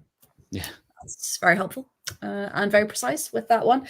Claire, don't worry us. I hope you're okay. Please don't apologise. We're sending all our love. You do have to go back, Claire, till about 50 minutes because we have about 20 minutes of madness and probably the best stuff you've ever watched. So yeah, please do, Claire, go back and have a little giggle. It'll make you feel better with all of us. See, Crystal Palace getting battered. I mean, maybe they just need to tighten up, don't they? Because I think obviously the first game, adjustments, acclimatizing, it will be hard for them. Like we didn't make any qualms about that, did we? But yeah, Danny, what do you think? I think they're going to have to learn to play a bit different against the bigger teams, aren't they? Friday night especially is going to be a prime example. That's just the way they played last season. They've gone from being the big fish in the league, that they can play this free-flowing football against everyone in the championship, to now being in a pond full of absolute beasts. So I think they're going to need to learn to play against the bigger teams a bit better, but maybe in a different style. But I don't know, because I think if they come on Friday and play really openly against Chelsea, they could get ripped apart. So hopefully Laura Kaminsky's got a little plan in place for that. Yeah, we should ask her, shouldn't we? Get her on the pod. Ask her what her favourite services is, if she's ever bumped into Judy Murray, and if she's ever been to Kent. Are they the 3 requisites to get on the pod now? Yeah. Like when you've got to join like a private Facebook group and you answer the questions. Yeah. That's kind of what this is. Yeah. Are you a fan of the pod? Do you know half my family are from Kent? my dad's side are from the Medway towns. So Well, there you go. are they from Maidstone? There's two places I know in Kent. Yes, because there was divided loyalties when the Sky Blues played Maidstone last year. About 30 seconds till Sky Blues went 1-0 up, and then it was like, that'll do. That'll do. We'll support them. I have a family full of Kentish people, so there you go, Man United fans. There's a gift for you. Yeah, I am a Kentish man. Yes. Just coming back to services just slightly, because Rosie, I know this is a favorite part of the show now. I love the seriousness that you brought that back there. Just coming back to services for a minute. Let's just circle back for the services. Just a point of order on services. We'll follow up next time for everyone's upset. No, just Matthew put this corker earlier, and I didn't get a chance to read it out. Whenever I go down to Stamford Bridge, I regularly visit Toddington services, which in context sounds like Paddington Bear's evil twin, lemon curd sandwiches on brown bread. I love it. It's lemon curd on brown bread. That's the indication he's evil. Well, that's what makes him evil. Yeah. Do you reckon if you have fish and chips, you'd have Toddington mushy peas with them? That's a really bad. That's a really bad TV reference that nobody will get. It's okay. We'll slap your wrist and we'll move on. It's all good. Right. Next one then. Let's do Rosie. What are you doing? Man United 3, West Ham 0. Which, of course, enter Skinner ball. But yeah, 3-0. We were all a bit concerned about West Ham, weren't we? Can I just check how many bullet points we've got for this one? 7. 7. Wow, 7. And I can't wait to hear all 7. Tell us about this one then, Rosie. 3-0, Man United at Old Trafford. Okay, so firstly, bold, having your first game at Old Trafford after what happened last season. I heard bold. Yeah, I heard bold. I heard bold, and I was just like, is that putting down Mark Skinner? Like, so we've had a hair loss. Bold. Like bold is not brave. Okay, bold with it. I'm not calling anyone bold. Oh, it does sound similar. Anyway, Rosie discovers accents. Like... That should be the I tagline. want me to talk. Claire, can you get a new nickname for me, please? Because that's me. Oh, we're using that. Poshy? So rude. But yeah, anyway. So it's a bold move, yes. Okay, so possession-wise, Man United had 56%, and West Ham had 44%. Good maths, they had though. double the shots, 14 and 7. So they were. Why not? It's the maths in this. Why is that funny? Some great maths. That's what I've got written down. Let me show you working out, please. Do you remember those primary school TV programs? It's like Maths with Rosie. Just like today, kids, we're talking about football. I've actually got notes, and you're making. Let's talk number bonds to 100. If Man United have 56%, how many percent do West Ham have? I don't know. Sorry, Rosie. We're being very mean. Oh, speaking of numbers, I've got a question that I need to tick off. Do we know why Fallon has the number 91? Because it's an odd number for a keeper. I'm just wondering. Odd number for anyone. We can circle back to that. We'll circle back. And so, hold on. I'm lost. Next bullet point. I've lost because I went and I didn't go in order. Okay, speaking of West Ham, JC had a very easy goal that there were no defenders in that box. I don't know how she scored that. If I were West Ham, sorry, where's your defence? West Ham defence with a bunch of question marks. What else? There was a bicycle kick from JC as well that was saved. No, that hit the crossbar. I put oops.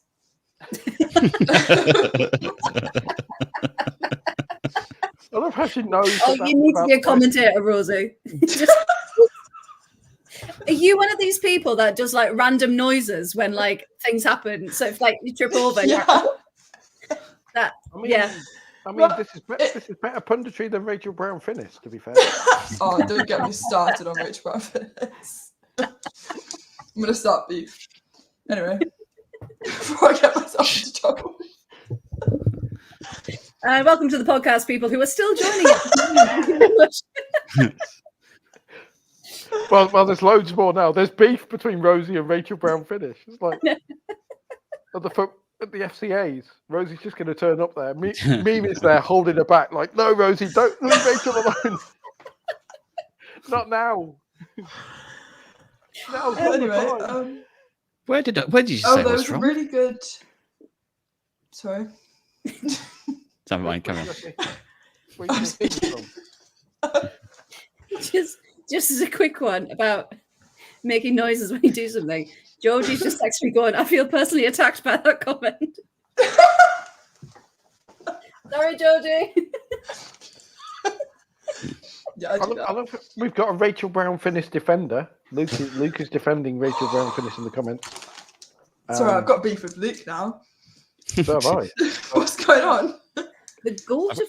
Yeah, Luke, can you put your support and evidence in the comments, please? Sorry, goat, more like... I was going to say sheep or something. That doesn't make any sense. I've got an answer to the 91, by the way, if you want it. I've just found out. Oh, yes, please. So it's not massively exciting. She always wore number 19 when she was younger, apparently. And then she joined a new team when she was 11/12. At this time, she was becoming a goalkeeper. That number was taken. So she turned it around, reversed it, and got 91. She's stuck with it ever since. Can I ramble on about the number of people who are wearing stupid bloody numbers, like squad numbers? I remember, and I'm sure Danny does as well, being as old as me, when football was 1 to 11. Yes. And you knew where people played because of their positions. And now you have, and then squad numbers started, and it was weird having people wearing bloody 30 something. And now you've got goalies wearing 91, and it's shit. And it's frankly an affront to common decency. Hey, hey, Simon's on board. Simon's on board with that one. Simon. There we go. Fixed it. So it's Arsenal fans basically voting. Luke, are you an Arsenal fan? I happen to know he's a Spurs fan, so that's a double insult. There you go. Right. Oh, Benfica are out, by the way. Lost 3-2 on aggregate. Yes, Hammarby. So Hammarby are through. So is that Hammarby, like their first 3 goals in the UWCL have taken them through to the group stage? Yeah. It looks like it. Because Danny was saying last week it was their first ever goal in the Champions League. And now they've got 2. Yeah. Katinka Tanberg. Fantastic name. What a name. Say that again. 95th minute. Please say that again. That was lovely. Katinka Tanberg. Katinka Tanberg. Katinka Tanberg. Tinker Tambo. That is the greatest name in women's. That's so much fun. That sounds like a ping pong ball falling down the stairs. It's amazing. Only in Rosie's house, though, not in anyone else's. Yeah. No, Got stairs there. Because I've actually got stairs. Yeah. Like, you know those trick shots with pans on stairs on YouTube? Just Katinka Tanberg downstairs. It's amazing. Katinka Tanberg. Oh, what? It's like dropping a cutlery drawer. It's amazing. Can I get back to the game? Line, not mine. Yes. Oh, yeah, Man United, yeah. Oh, yeah. Yeah. What it's going to do? Hold on, I'm lost. There was an Elatoon shot saved at the end, which was actually a very good build-up of play. So I was not going to lie, kind of disappointed when they got saved, but it was a rubbish shot. So it was a really good build-up. I'm glad you've told her now. Keeper. We need to pay tribute to Ella Toon actually, because I was gonna say. there was a big thing made about her playing very shortly after her dad passed away, and there was a lovely tribute from with the hearts. Yeah, that's nice. from Yeah, the that's team and from everyone, from the fans applauding as well. So Yeah, I do wish she would have got that goal, because she had a t-shirt on, didn't she, underneath for her dad. That would have been lovely. Yeah, bless her. that was whiplash, wasn't it? From It joking about was. the seriousness. Yes, That was Katinka Tamberg has a middle name. no, Oh no! Katinka Banga Tangberg. This is like bigger stickers. He has a middle name. Incontinentia Protect. Jokes. Oh God, we've gone again. How can we go from? Oh please! What's the middle name? What's the middle name, please? I might not tell you now. No, I'm Oh dear. Oh, she's got two. no. Katinka Cecily Fries Tanberg. Oh. Oh, Fistamberg. It sounds like That's it brilliant. sounds like an IKEA chest of drawers, doesn't it? It's amazing. Katinka Tamberg. It sounds like an IKEA chest of drawers. Fantastic. I'm saying Rosie might need some context for. Yeah. I have no clue. YouTube it. Yeah. Ask them about the Judean People's Front. Oh dear. Oh God. Right. Okay. So that was meant to be Man United West Ham. Yeah, my notes are finished. Okay. I do have another point, if that's okay, Rosie, to join on. It's fine. It's very neat writing, by the way. It's lovely. Award-nominated writing. It's not neat.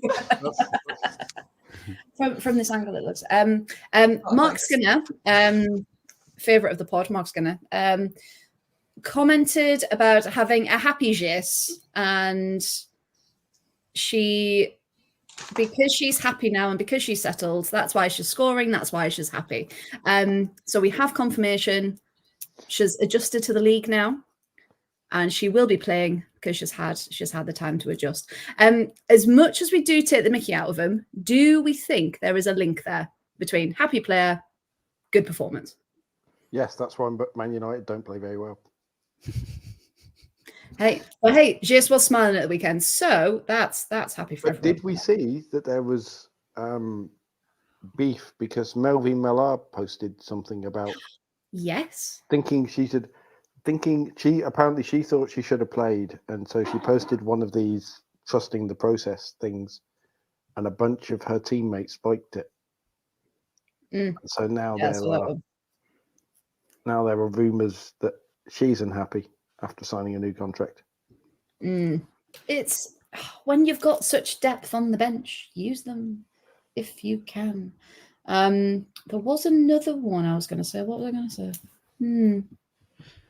Maybe I've lost the plot now. I don't know. If it comes back to me, I will let you all know. But yeah, very disappointing for West Ham, considering we thought, okay, they've brought, their social media has been really good over the summer. So you thought, are they going to, what are they going to do? Are they going to really come out the blocks? But they just didn't really get started, did they? And just, if they would have got something, but I think a 3-0 on the first day, I think it's going to have knocked them even more. So yeah, we shall see. We shall see what next week brings. Let's go to who should go to next. Let's go to me, shall we? So I'm going to be talking about Arsenal 2, Man City 2. With this one, now there was a big build up to this one, of course, and it just, I don't know. There were some really, really good bits, and there were some really, really flat bits. I don't know if anyone else thought that if they were watching it. There was a lot of ebbing and flowing, as it were. But yeah, interesting lineups. We found out that Leah Williamson is missing through concussion protocols, and she won't be in the Champions League match tomorrow either. Ida Val has confirmed. And also, Beth Mead and Alessia Russo were on the bench, with Blackstonius getting her nod up front. Paul, were you happy? Yes, because shouldn't have left the best player in the WSL ever out. It was a bold move from Jonas Eidevall, obviously, but Hey, he likes to switch it up. it worked because of the way Arsenal were playing in the first half hour or so. Certainly, they were getting in behind Man City and really giving them problems. Yeah, absolutely. And I've my notes. I'll just go through my bullet points now. So yeah, game started fairly slowly. I think both teams were a bit hesitant trying to suss each other out. Arsenal were quite easily dispossessed, I thought, in that first part as well. Against the run of play, though, Arsenal, lovely counter. Ford looked quite good in this one. Crossed into the box. Now, I don't know if Blackstonius meant to do this, but it went through her legs. Now, I don't know if she just mistimed it or she meant to do a little flick on, but the wonderful Frida Leon Hudson-Mornham was there to follow up and find the back of the net. So that was in the 7th minute. So you thought, okay, Arsenal in the lead at the Emirates, what could possibly go wrong? Now, Stina Blackstonius, we talk about her all the time. She should get more starts. She was causing a lot of problems for City, wasn't she? And of course, who scores before half-time? But the returning Viviana Miedema.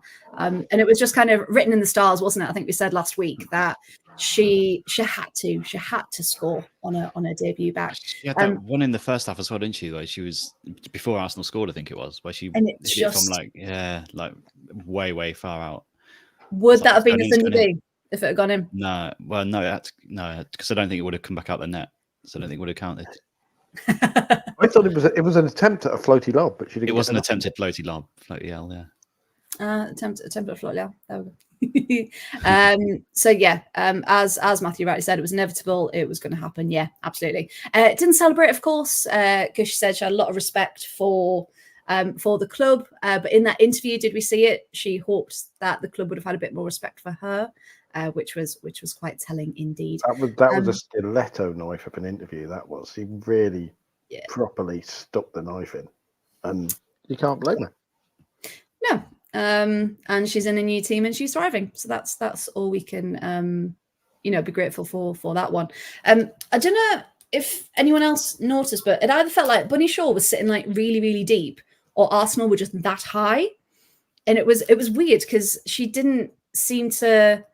I don't know. She wasn't that front outlet that I was expecting. I was like, where is she? Where is she going? But yeah, she felt like she was sitting quite deep for that one. Now, Viv scored. Of course she did. I mean, we could talk about that all day, can't we? Now, there was a bit of a discussion about Manuela Zinsberger, of course. A lot of people are very quick to criticise her goalkeeping abilities. However, those 2 goals that City did score, I know it looked like she kind of like stood still and watched it go in. Should goalies look like they're making the effort and dive anyway, even if they know they're not going to save it? Or like what would we all, I don't know, not prefer? I mean, she had no chance for the first one because it was a deflection. Yeah, and that's the thing. It was a massive deflection, yeah. I think, and I'm going to be really boring here, so settle in. I think that there is a problem in sport in general where you get, particularly on social media, people who just seem to forget how physics works, because any goalkeeper will tell you, if you watch that first goal, she's expecting that Miedema shot to go to her right. Sorry, I'm just looking at it again. So she is planting her foot to go right. So all of her weight is going that way. As soon as it goes the other way, sorry, but there are very few people in the world who can switch their weight that quickly. It's biomechanics simply don't allow you to do it. And she could well have had her left foot planted, or no, her right foot planted to push off, and she's got to shift her weight back the other way and dive for it. That just doesn't happen. But the second one, people were criticising her because she didn't make an effort for Jess Park's goal. I mean, nobody is stopping that. That No. was an absolute Thundy B klaxon, in my opinion. There may be controversy here. I think that counts as a Thundy B myself. Oh, Danny We asks, need a ruling on this one. Jess Park's one. Yeah. Yes. No, because it doesn't come out the net. It's got to be powerful enough to come out the net to be an official Okay. Thundy B. I have that by rebound. Okay. So there we are. There's your answers, everybody. It may have looked like a Thundy B, but it wasn't. Denied. Denied. It deserved to be. Thundy B application denied. But it's like you say, again, to react to that, firstly, Zinsberger, they say goalies have got to be ready for everything, but the ball is dropping. Jess Park has her back to goal. Very few goalies are having the anticipation to look at that and go, right, she's turning and volleying this. Because goalies have to play the percentages. You know, and so Zinsberger is going, right, okay, she's going to bring this down and then I'll react to it. And Jess Park, being the mercurial talent that she is, turns around, hits it, and Zinsberger's like, how the am I supposed to get to that? Yeah. That was not on my bingo card for today, Jess Park getting that shot away. Yeah, absolutely. It was beautiful, to be honest. It really was. And at that point, it seemed like City got a new lease of life. And I thought, oh, this is going to be, City's to take here. Now, Russo and Mead came on in the 60th minute for Ford and Blackstenius. And there was another controversial moment in this match. You probably all saw it all over social media. Kate McCabe is back at it again. She fouled Chloe Kelly with her trailing leg. Chloe Kelly then goes into Kim Little, who was also going in for the ball. Kim Little then is on top of Chloe Kelly and makes no attempt to get up. So Kate McCabe skips over both of them, complete shithousery, flicks the ball over their figures on the floor, and goes on, and they go on to ultimately score that goal. So my question to you all and people in the chat, should that have been a foul? Yes. Yes, it should. Good. Yeah. Rosie, what do you think?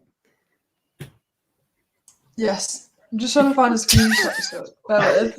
Rosie's like, am I still here? Do I have to? Oh, it's bedtime. Yeah. We've only got a couple more games. It's okay. So yes, we're all in agreement. If that goes the other way, social media burns.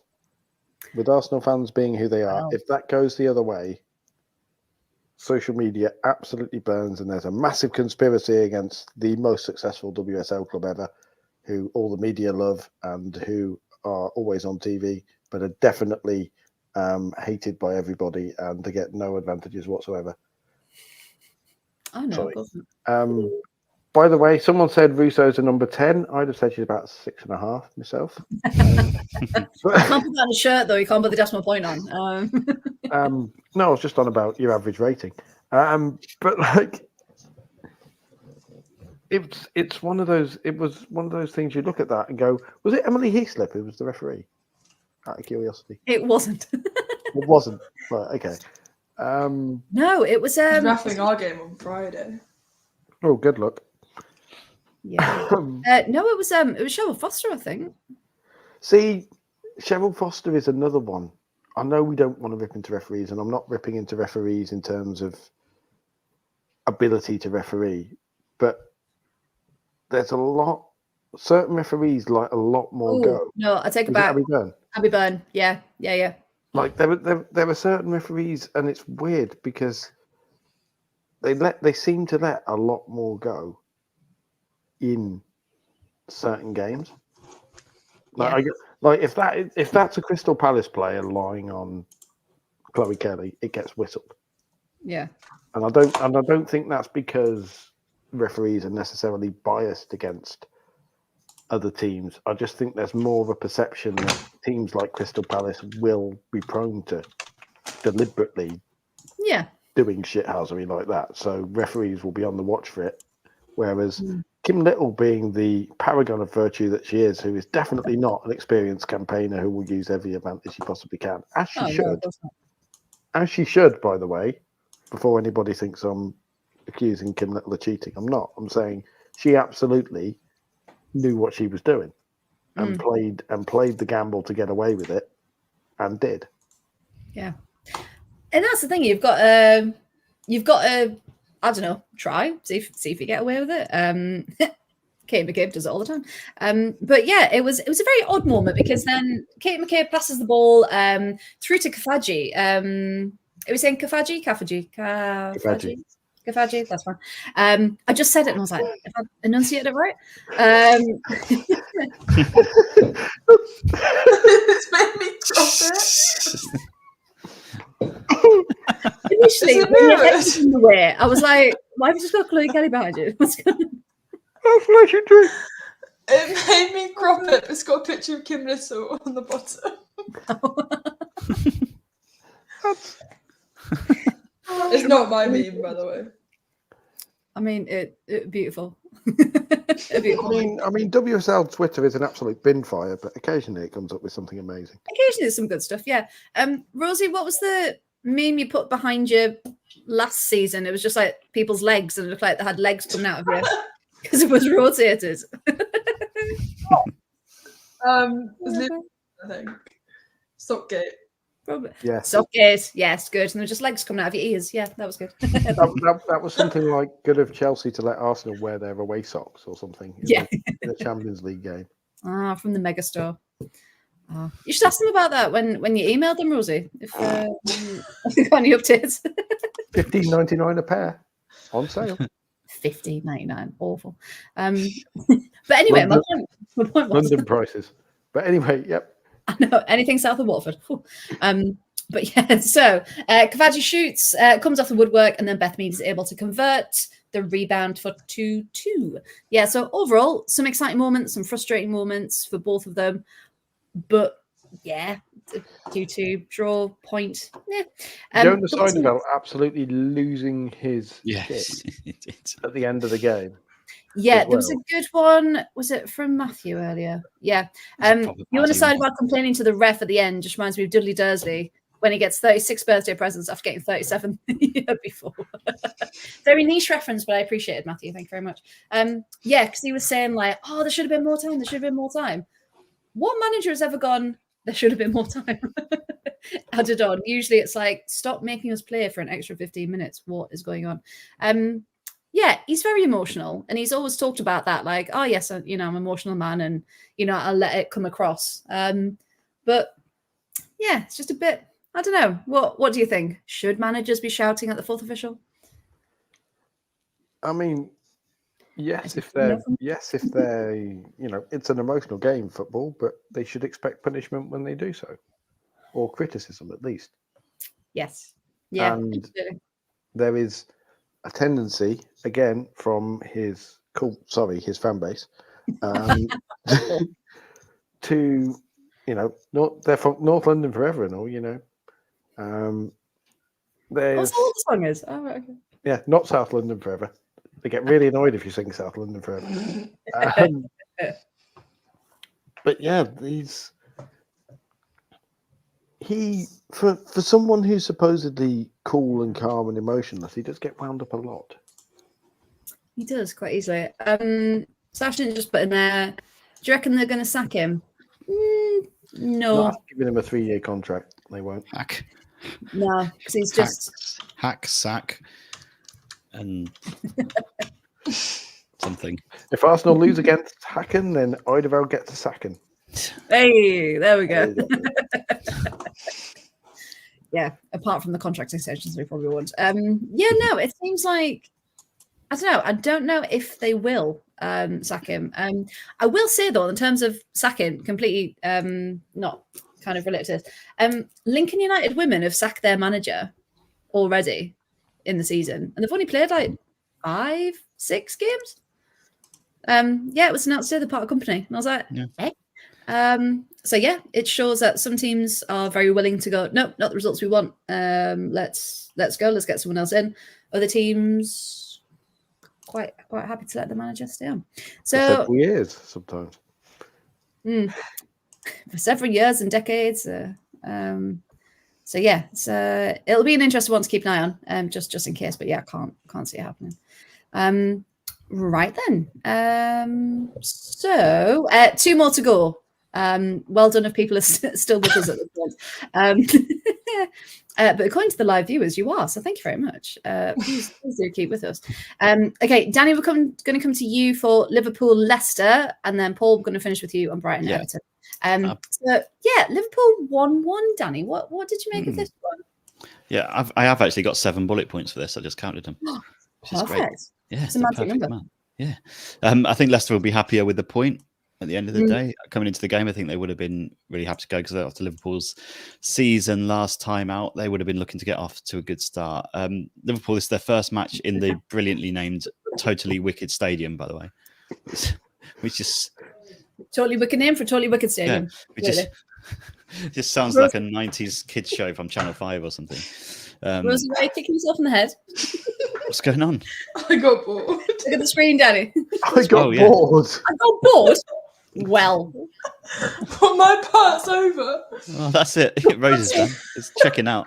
Are you like the little kid at school that was like, I've done my line now, and just like making up dances on the side of the stage? Sorry, sat on the side of the stage waving to her mum and dad while we're all there. No, I would never do that in the middle of the show. That's so unprofessional. Anyway. Award nominated. Where was That's I? right, folks. Award nominated. Kerry Holland had a shot tipped over by Kopp.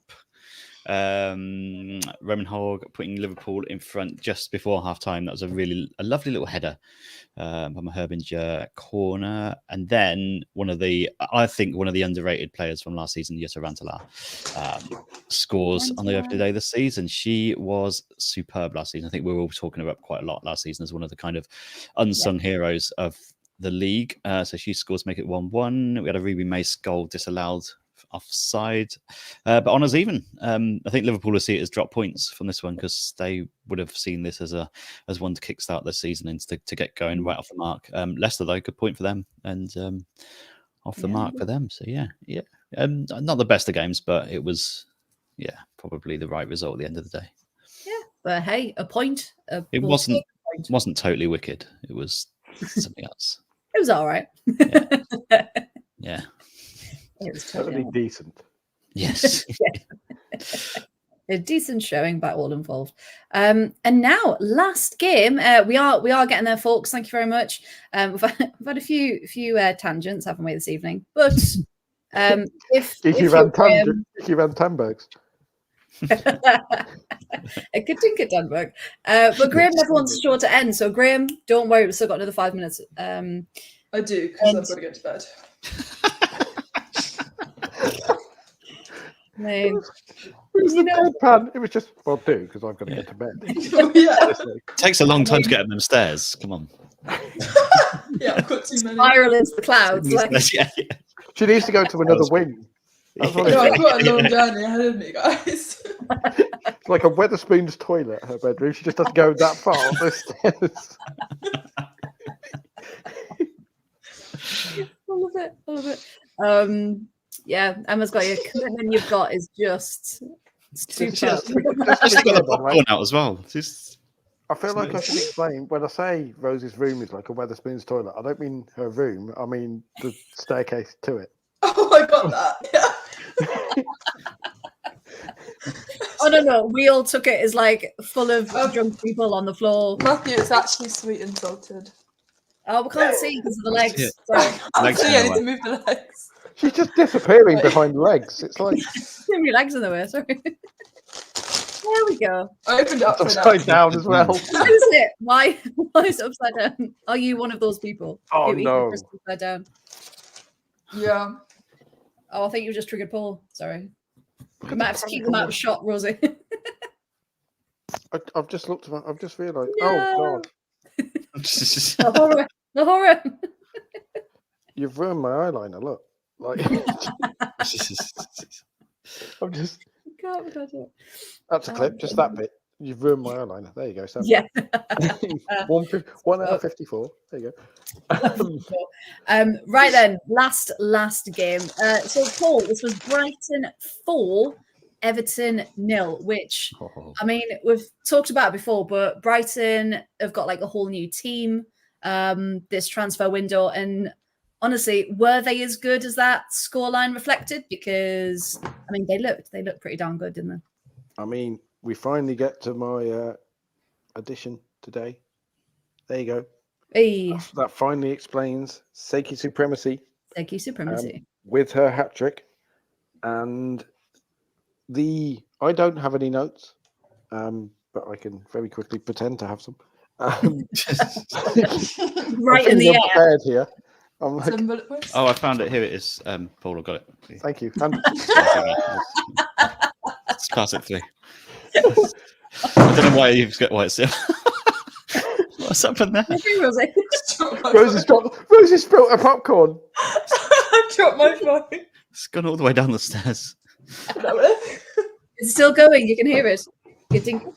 Well, no, I'll tell you, by the way, we've been going so long, Nancy is asleep. Oh, Nancy. Aw. Sorry, Nancy. I think you can see her. Am I pointing the right way? No, I'm not pointing the right way. Oh, well, you get the idea. Award-winning content. A sofa. Oh, it is. Okay. Gift that yeah. gives given. Brighton were fantastic. Like Everton, I think were genuinely affected by Aurora Galli's injury, which has come out as another bloody ACL injury. Mm. You know, there's one a week at this point, and I think again, this is the kind of thing where you need to start looking and going, hold on a minute, there's a proper. We need to stop talking about this ACL epidemic and actually find a way to do something about it that isn't just, oh, we'll research it. Yeah. Like, because it's one a week at this point, on average. Like, there's a big player every single week, and it's just silly. Every single time a player goes down now, it's on social media. It's just, is it a knee? Is it a knee? And it's that's everyone's first reaction, isn't it? And it's awful, absolutely awful. But I think Everton were affected by that, and incidentally, really chuffed because I nearly put Courtney Brosnan in goal for fantasy football, then put Hannah Hampton in instead at the last second. I stuck Baggers in. Yeah, I'm just. All I'm saying is, I am top of the pod teams. I think I had an awful week. Are you actually? I am. I think. I think out of the ones that are on the pod, did I? Yeah, of the pod presenters, I'm something like. Oh, the pod presenters. I was getting ready to be like, oh, that's impressive. I was going to say I'm something like 24th in 2,615th apparently overall. It's all. Oh, you're 23rd, mate. You're 23rd. Close enough. You know, 23rd, first, same but different. Switch mine around, but different. Anyone else catch that? Absolute savagery. We just need a Rosie reactions compilation at this point. I feel like I've lost a quiz now. I'm just like. Oh, Nancy's awake. Nancy's awake and looking at me. But yeah, Sorry, Nance. Kiko Sieki, just absolutely phenomenal. And the perfect pod hat trick. Floaty lob, diving header, thunder bastard. Completed it. Like, she's completed it. You know, she's completed it, mate. And the first player, I don't know if you're going to say this, to score a hat trick on their debut. I wasn't. That's about the stat. There you go. I Yeah. didn't have that. Nice Thank little you for stat. Nice little stat for you. Yeah. But she just looks so lively and so.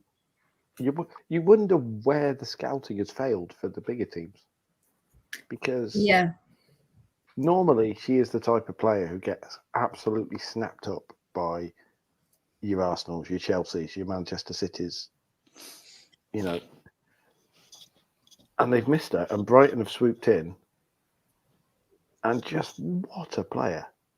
Yeah. And this, you know, and everyone was talking about the big Japanese signing this summer being Aoba Fujino for Man City, and she looked useful for City, but just Sieki is currently on a 60 goal a season pace.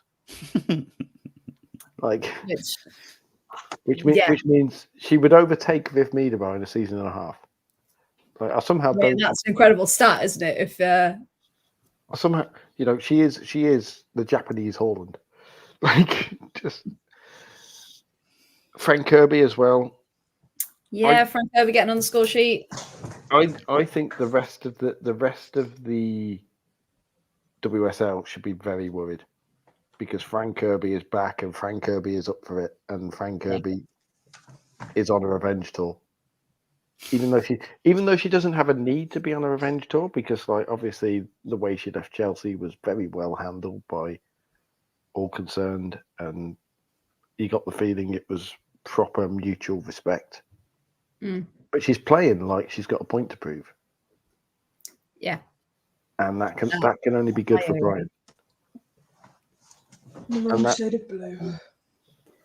Well, wrong shade of blue and white. But Brighton look like one of those. Brighton and Spurs look like those teams. If I were Arsenal fans, I'd be very worried by both Brighton and Spurs. I think there could be a lot of unsettling this season, and I'm completely here for it. It's giving championship, isn't it? With all these new giving championship Riz. I think we better go because Rosie's about to kill us. I think. Can I just say, I love the way the lag happened. Then there was just Rosie looking unimpressed, and then she just disappeared. Well, she's fallen over off the chair. It's too much. It's too much. But like, there's just a Rosie reaction gif every single few minutes. It's amazing. I love it. I really love it. That one. Well, just compilation for the FCAs just on the big screen. Yeah. It's like they know where to put the cameras if we win. Like, yeah. Yeah. So why did you guys win gold? Well, let me play you these tips. But yeah, Brighton are going to seriously unsettle a few teams. Brighton versus Spurs is going to be an incredible game because that's just two teams who do not care, who are absolutely full out flying. Brighton versus Villa as well. That'd be a good one. Because it was really tight last season as well, and we've seen just how much both teams have strengthened since then. So yeah, that's going to be a great one. Looking ahead to this week, then. So we've already talked about Palace Chelsea being hopefully not a complete battering. But out of the rest of them, any games people are looking forward to that could be interesting? Danny, anything there for you? Villa Tottenham for sure. Again, both two teams that have come out with real intent at the start of the season. That could be a proper ding dong, which we know it's got to be 3-2 or more official rules. Official rules. Yeah. I can see that being high score, and I can see it being high intensity. It's early in the season. Both teams are going to go for it. I can see it being an absolute corker. Ooh, the battle of the bobbies. Yes, battle of the bobbies. Yes, Sophie. Yeah. Will it be a narrow media margin? I hope so. Emma Pauls took your spot, mate. A bit slow on that one. But yeah, I can't wait for it. Unfortunately, I can't be there. But yeah, the atmosphere is going to be insane. Rosie, anything there for you that you're looking forward to? I mean, Villa Tottenham again. It's okay. Yeah, both teams have come out with that real intent, and don't really know. No, I like it. That really could go either way. Hopefully the right way, but that's all good. Paul, how about you? Obviously Villa Tottenham, but Man City Brighton. I look at that, and you look at games and go, if that was on the South Coast, I'd be back in Brighton for sure. At home for Man City, I think Man City will be stung by not beating Arsenal. But pressure's on, isn't it? If you think of some of the battles on that one, you've got Miedema versus Kirby, you've got Seiki versus whichever winger Man City decide to put on that side, possibly an old Japanese battle of Seiki versus Fujino. It'd be so good. You've got the strike forces. You've got Bruno Vilamala possibly up against Bunny Shaw, which is two strikers who in their own way are both very exciting indeed. There's battles all over the pitch there. It's genuinely going to be a fascinating one. And for City as well, because Brighton are so different, it's like facing the unexpected, isn't it? So you can do all the scouting and all the planning that you want, but actually until you've actually faced them, it's going to be a complete unknown. So yeah, on the Beeb that one. Sunday lunchtime treat. Sunday lunchtime treat. After that, we're going to almost have a brunch and then watch a bit of football. That'd be quite nice. I'm a bit worried about Everton. I know they're at home, but I just think losing Yaya is going to be a massive dent to their squad. So I really hope they can pull something out. But yeah, I think United will be on a bit of a high, won't they, from their win? So yeah, it would be very skinnable to lose that though. It would be classic Skinnerball. But we've got two teams at the bottom there on -4 goal difference, Crystal Palace and Everton. Not the place Everton, of course. Oh, anyone would want to be. So yeah, we've got a massive weekend ahead of Championship and WSL action. And of course, we've got the first round, group stages, should I say, sorry, of the League Cup, not the Conti Cup, starting next Wednesday as well. So yeah, football everywhere. Champions League tomorrow as well, isn't it? And Champions League tomorrow, yes, absolutely. So in fact, before I do that, let's do... We could have full and Arsenal common going in. Imagine if Arsenal lose to Hucken and Leicester City in the space of 5 days. Oh, Clip that when it happens. Yes. Clip that for next Monday, Sam, just in case. Just in case. Right, tomorrow. And if it doesn't, we can embarrass Paul. Fair point. Meant to be a team, Rosie. Meant to be a team. Better that than with a quiz result. True. A quiz, you say? I'll have one ready for next week. So next week, tomorrow night. So Juventus are leading PSG 3-1 on aggregate. So again, Juventus is to lose there. Roma are up 3-1 against Servette. So again, there's to lose. We've also got Man City are at home to Paris FC. Again, aggregate 5-0. So again, I can't see City losing that unless Paris, I don't know. I mean, strange things have happened. Real Madrid are up 2-1 against Sporting CP. And of course, we've got Arsenal currently losing 1-0 to Hacken. And they're at home tomorrow. So Arsenal really need to pull it out of the bag if they want to get through to the next stages.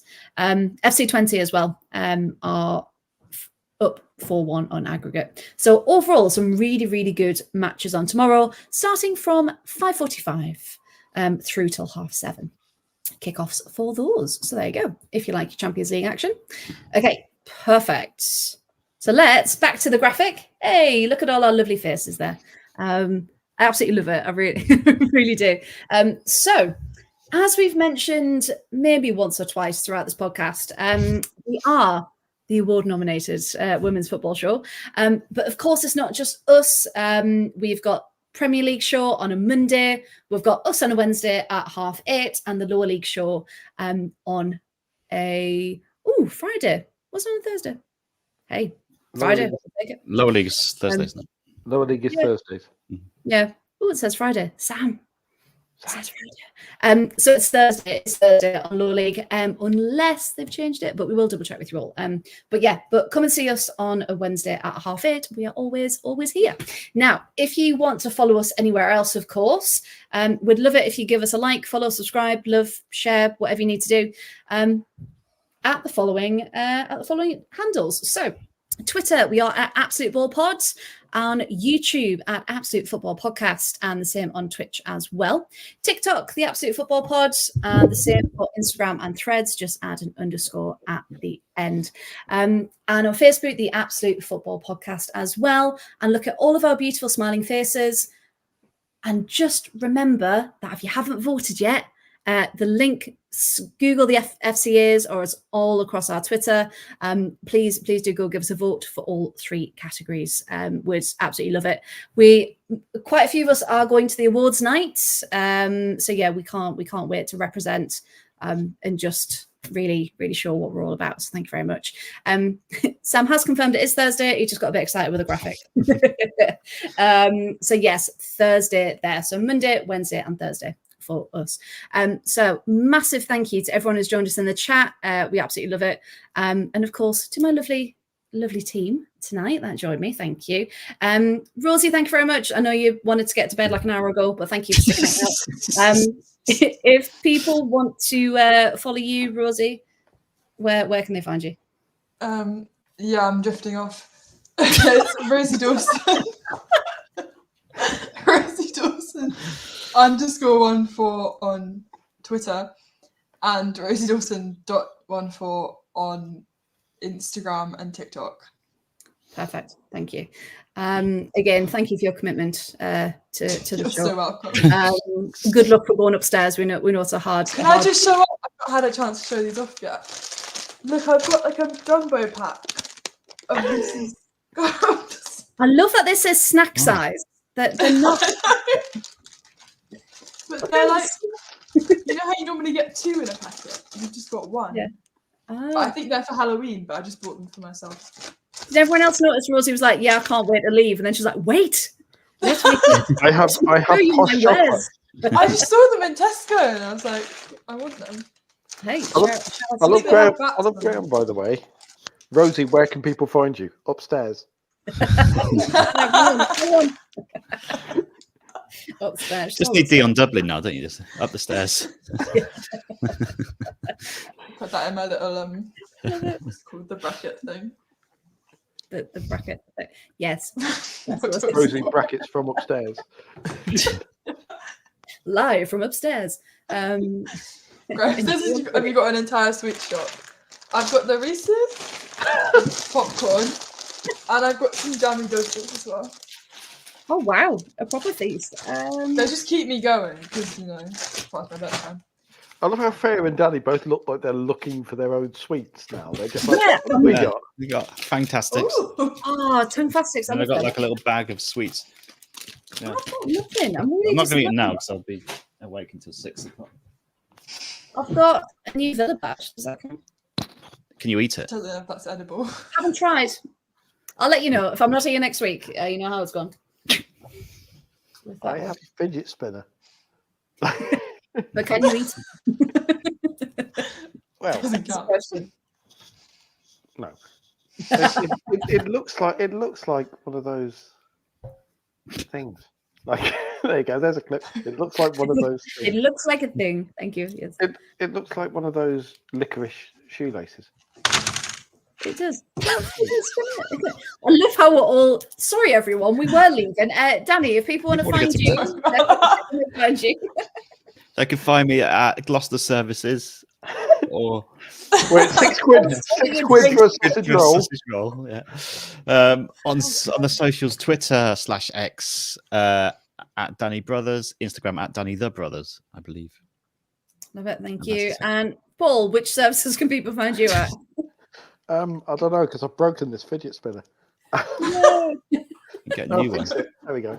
You can't break a fidget spinner, apparently. I prefer Tibet or Killington Lake. Killington Lake. Oh, Killington Lakes is nice. Yeah, I like It has a Killington lake. Lakes. Sorry. Right, there you go. Anyway, You can find me if I can point with my right. There we go. At Paul W Radio on Twitter. Being surprisingly calm this week normally. Fork and a pen. Did you ever try to write with all 4 of them at once? Yeah, you can't do What is it. Rosie doing? We're taking our own fun Like now. a mini hurricane in Rosie's house. sorry. I think I stepped I stepped on a peanut butter cup. Oh, no. That's so sad. That's gonna look like a really sweet cow Right. pat. I need to see if it's okay. Oh, it's safe. It's safe. Just unscrew it and you can. Oh, yes. Emma, Look how amazed Freya is. Like, Why have I never thought of doing that? Oh, what colour do I never use? Oh, red. I never use red. There we go. It's because all the schools I've worked in, you need so many different colours for marking. Just all the different pens in my life were constantly on my lanyard for whatever colour I needed. So there you go. That's a boring fact to end the show on. Thank you very much for bringing that into my life, everyone. That's probably made my day. And of course, Team Chaos living up to its name. Absolutely. Hey, absolute women's football show. Hey, rude. Rude. Right, that's 2 years off my Christmas card list now. But yeah, and I'm at Freya Writes. Not that anyone's asked me. Thank you very much. But also, we've just launched a brand new Villa Women podcast as well. If you do want to come along, we are at Part Pride Pod. I couldn't do the character limit for any longer, which is quite annoying. On Instagram and Twitter, and we are going to go live on Thursdays, starting from next week. So yeah, if you want more Villa Women content, you'll see me, Emma, Sophie, a couple of other people in the chat. If you want to come along, and we can't wait. So thank you so much. We are leaving now. We are going, and we'll see you all next week. Thank you so much again. Remember to vote for us, and we'll see you next week. Bye.